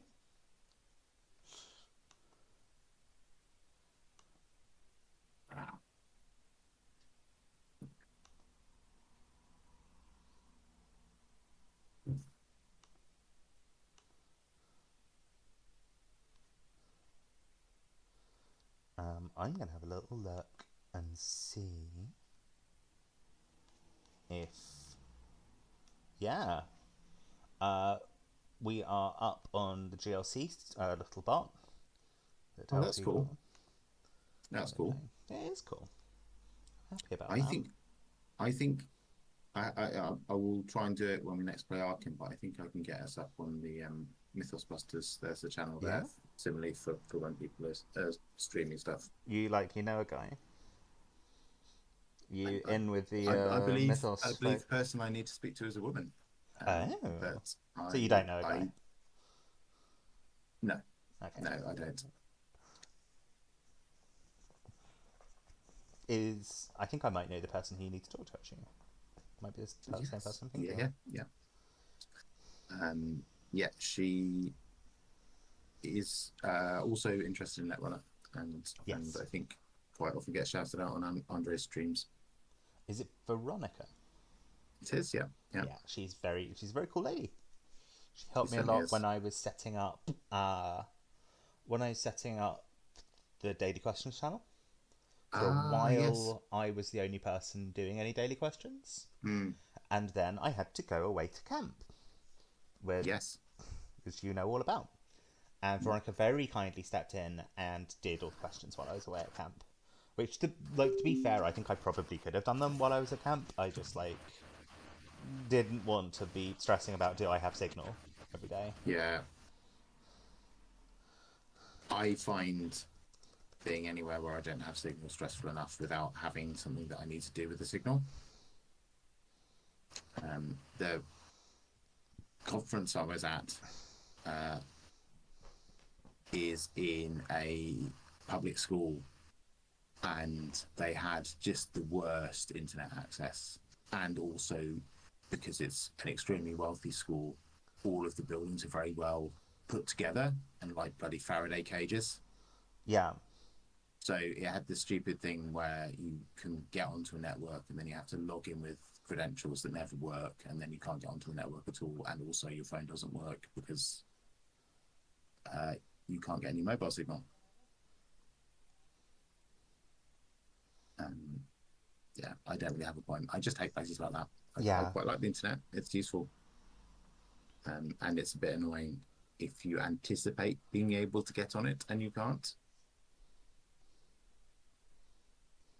Okay, so who are we playing? We're playing against 419. I know what that does. We are. And I think we're going to get, what's the word, deefed, really early. We've got 2 agendas in hand. Neither of them are agendas that we want. There is a chance they don't run because they're they can see this is a ping. So they would need to have exactly Bravado Deef. But, they could easily have Bravado Deef. Mm-hmm. What do you think? Sorry, not Bravado, I meant Boomerang Deef. Boomerang Deef, right. Yeah. Right. Okay. Yeah. Now we're not going to get Deef this time, which is good. Yeah.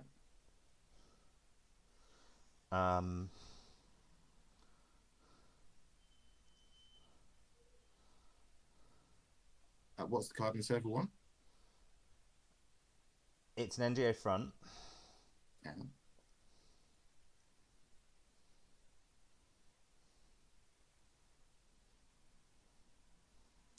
Okay, I need to think for a moment. So we've got 9 credits. Mm-hmm.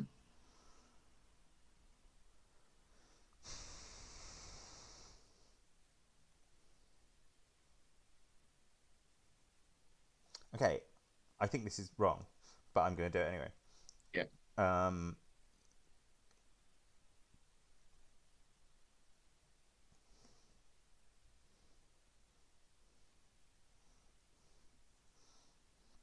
So will the NGO front give enough credits to as the toll booth? yes. Cool. But also, like, I actually wouldn't hate letting them steal a Bologna. And have to pay for it. It looks like that's what's going to happen. Yeah, I'm trying to work out whether I do res the NGO front. The NGO front gives me exactly 8 credits and takes away 3 of theirs. No, I'm not going to res it.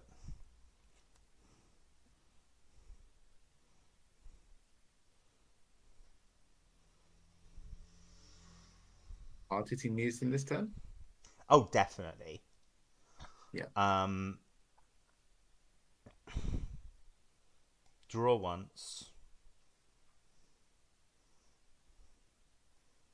Draw once. Like,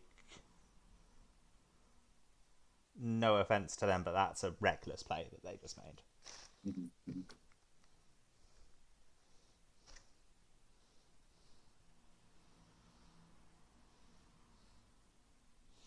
So what are we expecting here?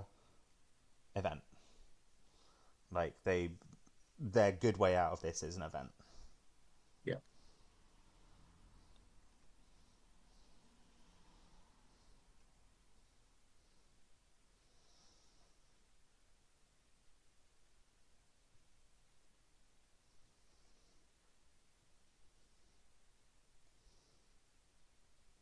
It looks like they're going tag me.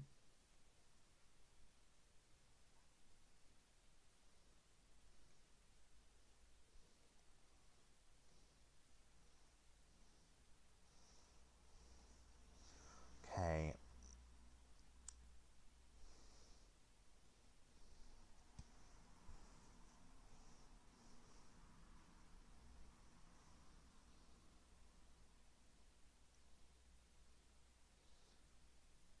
They can get rid of 3 of these tags. Good fermenter. Yeah. But they're clicking for credits. They're clicking for credits instead. Okay. We do res Enigma because if it's exactly boom on the top, which is exactly boom on the top, they can't steal it. I think we res Enigma because we can res Enigma. Yeah. We don't give them the access. Oh no, we shouldn't have. We should have let them get the successful run. Why is that?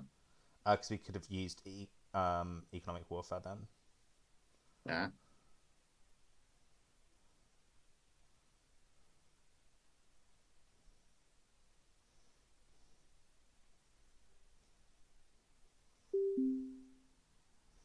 Oh. I heard a noise. I think it was someone else joining the server. Ah, right. Do you know, you Was it can that? trash this if you want.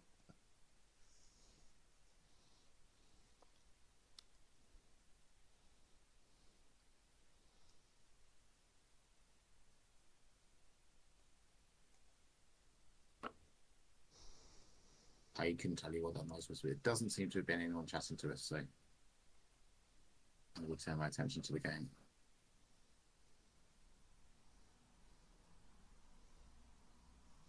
So what we need now, I think we just need to purge. Yeah. What we need right now is ice. Like a boom would also be good. A boom, yeah, like... That's an interesting choice. The casts. Like... Yeah, the play seems fairly straightforward, doesn't it? Yeah.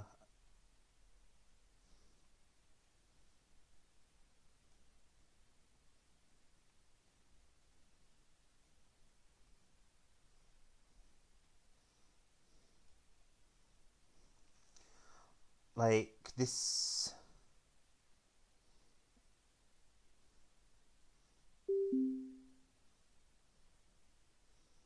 Oh, Sebastian Coe's back. That time, that definitely was the noise of somebody joining as a spectator. So this is really funny. They are not going to be able to trust that Rashida team. Oh no! Oh, that's really galling.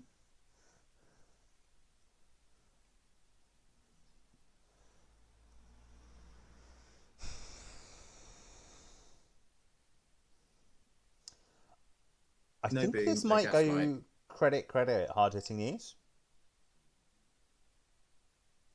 I think that makes sense. Yeah, I think that makes sense.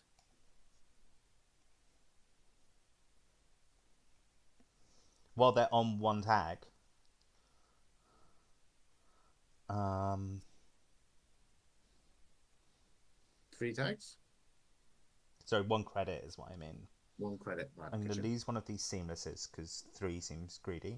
Mm-hmm. I'm also going to lose the Enigma. And I'm going to say event.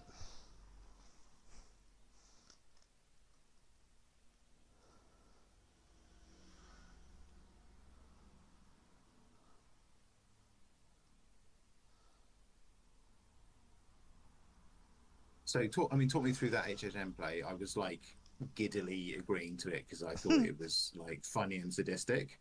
But well, obviously, what we want right now is to find our boom. And now this is okay. They found paperclip.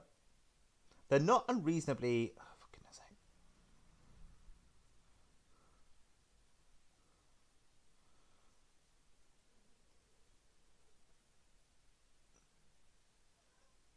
If you find a gaslight, can you deny them access to it for long enough to find the boom? Yes, probably. Because there's a 1-off, isn't it? The boom is a 1-off in the deck. Yeah, I just did the slightly mean thing there of making it seem like I was thinking for a really long time for choosing event, which...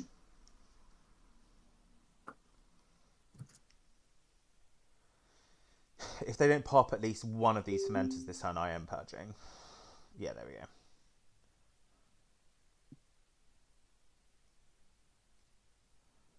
Okay.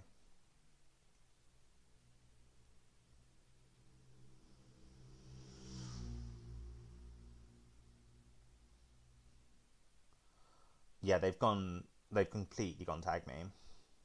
Yeah. I mean, my thinking with the HHM was that there's just no opportunity, no chance whatsoever of them doing anything else at that stage, is there? Yeah. They would have to effectively spend 2 turns just in terms of clicks to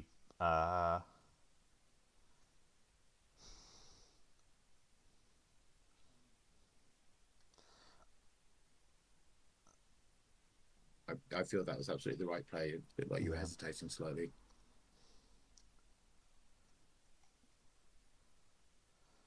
Yeah, I don't think that they get in here with enough credits to steal. Yeah. Like, they're trying to duck economic warfare is one of the things they're trying to do at the moment. How so? Well, by staying under 4 under credits. 5. Yeah. Oh my god, okay.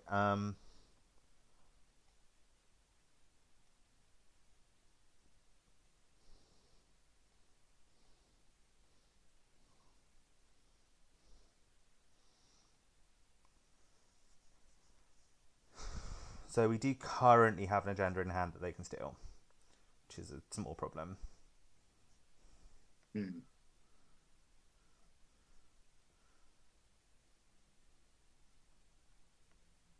not this time. Yeah, we don't really care about this. Like, the money they get from this goes to econ warfare.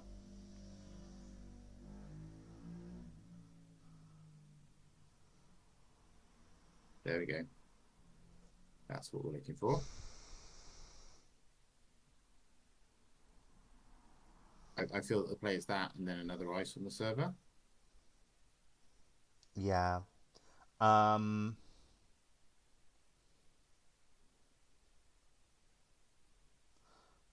this dies to pinhole threading. Yes.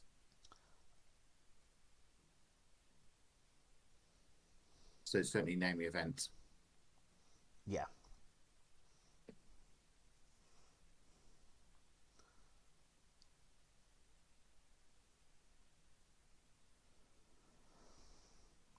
Now, you might ask, why didn't I put Turnpike on archives instead? Ugh. Right, fine.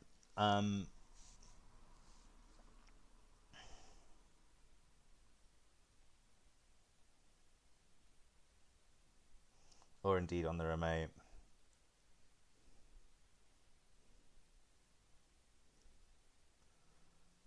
Yeah, that was what I would have done. Yeah, I was trying to distract from it. Okay. Well, let's just do it again. That seems reasonable. Yeah.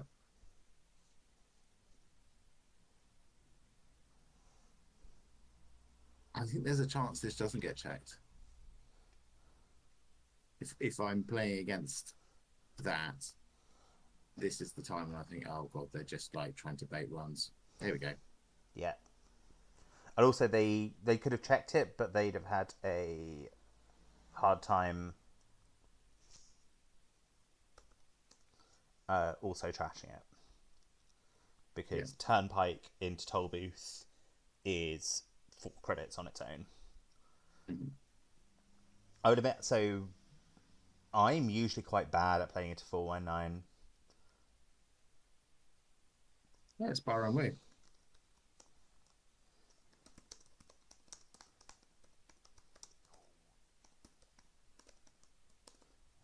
Spell it right.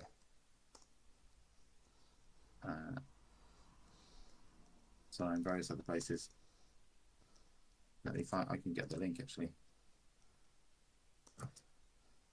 Oh, that's lovely. I'm very excited the Bara Woo has come along. Yeah. I'm a big fan of his. Is one of the like streams I'll watch every week. Yeah, I enjoy his streams as well. Funny story actually. Do you remember the very first time that we played on JNet? I can't pretend I remember all of the details now. But I believe that there was the first time that you and I played on JNet. There was. There was the first time. It was bad in many respects. But one of the things that was quite nice was I couldn't use either JNet or Netrunner DB, and as a consequence, I published an extraordinarily bad deck on Netrunner DB in an attempt to import it into JNet. Oh no!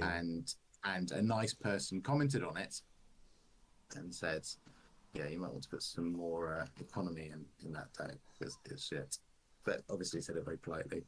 Actually, it turned out it was Baramu. I looked back at that sometime later. Oh, that's so lovely. Yeah, I just thought it was a really nice thing to do for it is a really nice someone thing who to had no idea what they were doing, who just published a like really rubbish deck that they just thrown together. It was just like, by the way, here's some ways you can make that better. It was a really nice experience, like an early experience of the community. So yeah, good job on that, as well as your streams, Baramu, if you are now listening. Yeah, and Bahrain, I think we might be about. I don't know about you, Dave, but I'm coming to the end of my energy for this evening. Yeah, I don't have loads. And I think I'd like to end on the high of having won that game. Okay, cool. Yeah. Do I like these decks? Or was I avoiding playing these decks for a reason? Strangely enough, I think I enjoyed playing Hoshiko more than I enjoyed playing Azmari. Like, when you're losing as Azmari, when you're not winning as Azmari, it often feels like it's because the runner hasn't respected what you might have in hand.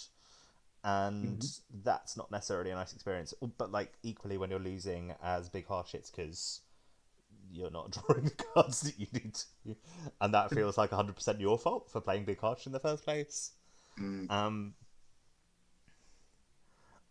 I've played similar NBN decks to this in the past. I have in the past been an NBN main. And what I tend to find with these decks is that they have like, they look very simple on the surface, but there's often like intricacies to like precise moments and precise matchups that you should play in precise ways. The truth of it is, though, I don't think I'm going to get to that level of depth with this deck or a similar one by Saturday. I just don't. I think that like bringing this meta deck and playing it in kind of a floppy fashion is not something I'm excited to do. Are you still going to do it? I think I might play the decks that I played the other week, even though I don't think they're the best things into the current meta. I think playing something that I'm passionate about, like something that I enjoy playing, that feels good when I win, is... I think that might be more what I'm about as a Netrunner player than play the best decks, because they're the goodest decks. I think I'd rather be the player who's like, no, I'm going to play these because I like them. Yes, I'm also playing them a bit because they're good, but also I don't think they're the best. I know what the best is, and I don't like playing it. One of these days... Sorry, go on. I quite like as an approach, spending 2 hours streaming these. You're going to play certain decks and then turning up with something else. I think it's got a certain vibe about it that I quite enjoy. I mean, it's given me the information that I need, which is that like I don't hate either of them. Yes, but I think that like it's reminded me what I do like about Netrunner, which is I like to be really familiar with a deck and really feel like, you know, like have you seen Pacific Rim? I have not. No. Okay, in Pacific Rim, part of the conceit of the movie is that the heroes in it have to fight giant kaiju with mech suits, but you have to be like emotionally connected to your mech and to your like mech piloting partner to make the whole thing work. Otherwise, it just won't. Like, otherwise, it all falls apart. And could you tell me what a kaiju is before we get much further into this analogy? Yes, good examples of a kaiju would be Godzilla, Mothra, or arguably King Kong. But okay. There would be debate over whether King Kong is a kaiju. Sure. Well, let's put a pin in that part. Please continue with your analogy. This is good. I like the moment in Netrunner where you feel at one with your deck because you have been playing it so intensely and so much that this has just become like, I know, like, I don't even need to look at a deck list. I know what the last 6 cards in my deck are. Like, that kind of feeling. That's where I like to get to, and I know for a fact that I won't get there by Saturday with either of these decks. And for me to like feel passionate about going and playing in the CO, I might as well go and play something that I enjoy playing, even if I don't think it's very good into the current meta. I mean, you are spending a significant part of your leisure time playing those decks. It should be an enjoyable experience. And if I lose with them, I'll feel like I fought a good fight. Which I think is really the most fun that I've had with this game is, as I've referred to several times in the stream, is that long period over last winter where I was workshopping actually not a particularly good Thule Subcivic deck. Subcivic was the name I gave it. It was Nanocivic deck. And partly that was really fun because I was, every time I'd like tweak the deck a little bit and change some things to try and make it a bit better. But partly it was because I really learned the plays with it. I was still quite bad because it turned out to be quite a complicated deck that wasn't very good and didn't really have a way of finishing the game. So doing anything worthwhile with it was kind of hard. But the process of knowing it, and then when I did make the plays that I knew were the good plays, I'd sort of cackle with glee Yeah, and then, and then I'd still lose the exactly. game. But it was fun. It was fun. Yeah, I've got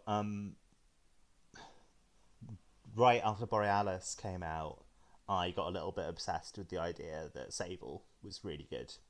She's Mm. not, but I worked really hard to make good Sable decks and tested them loads and played them loads. Like I could bring them up, I think, and like occasionally I go for whatever reason I go back and play them. They're startup decks, and they're bad. But when I was Yeah. playing them, they didn't feel bad because I had that kind of like I am at one with the deck Mm. Mm. experience.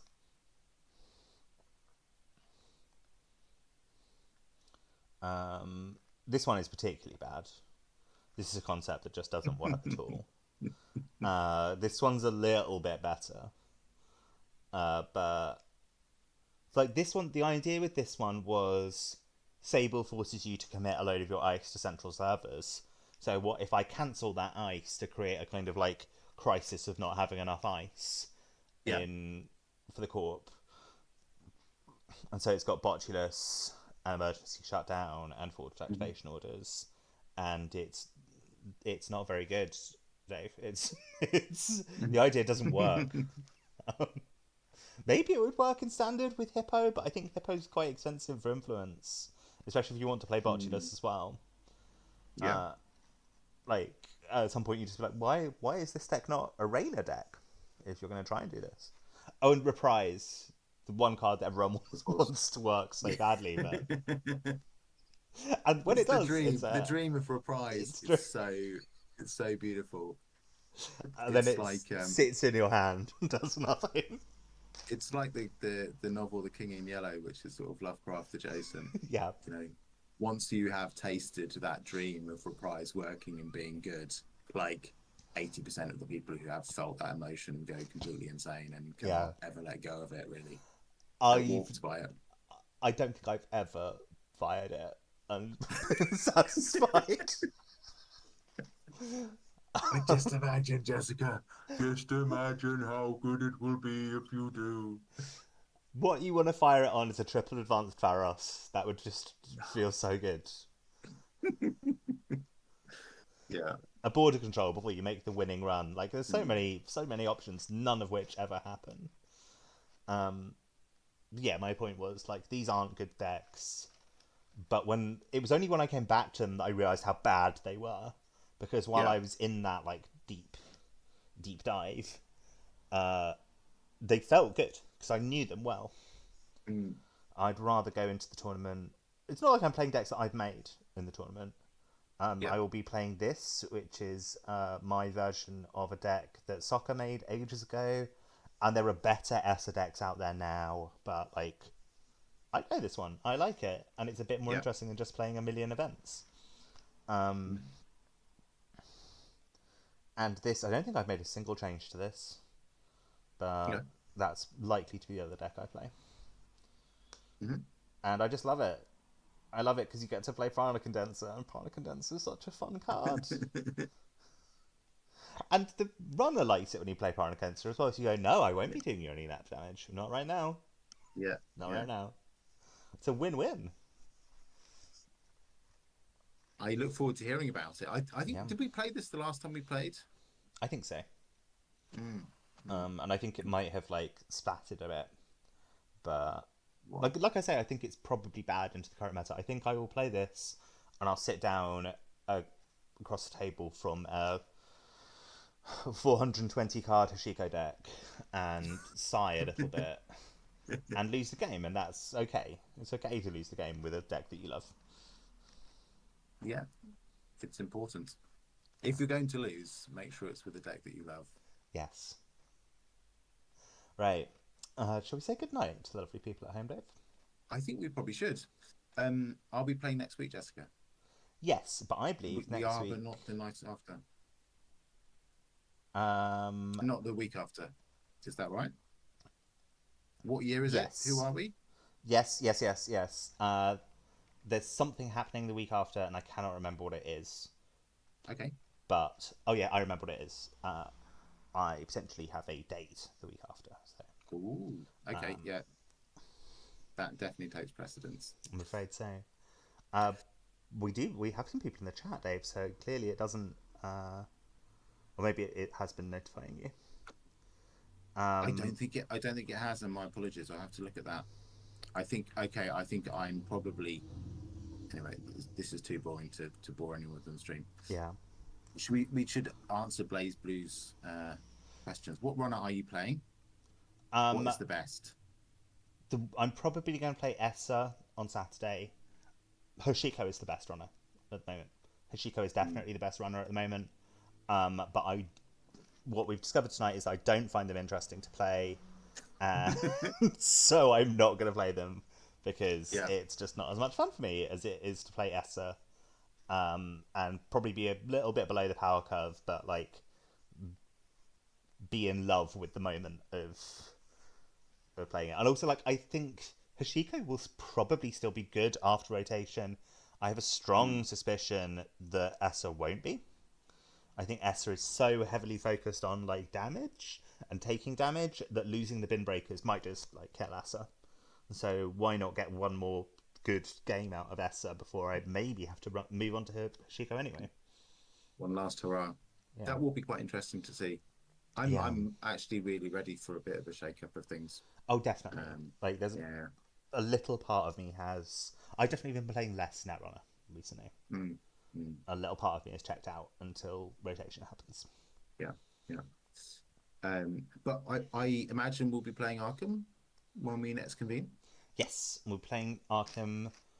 So by the time when we meet again, we might still have a very special episode when the new cards come out, I guess.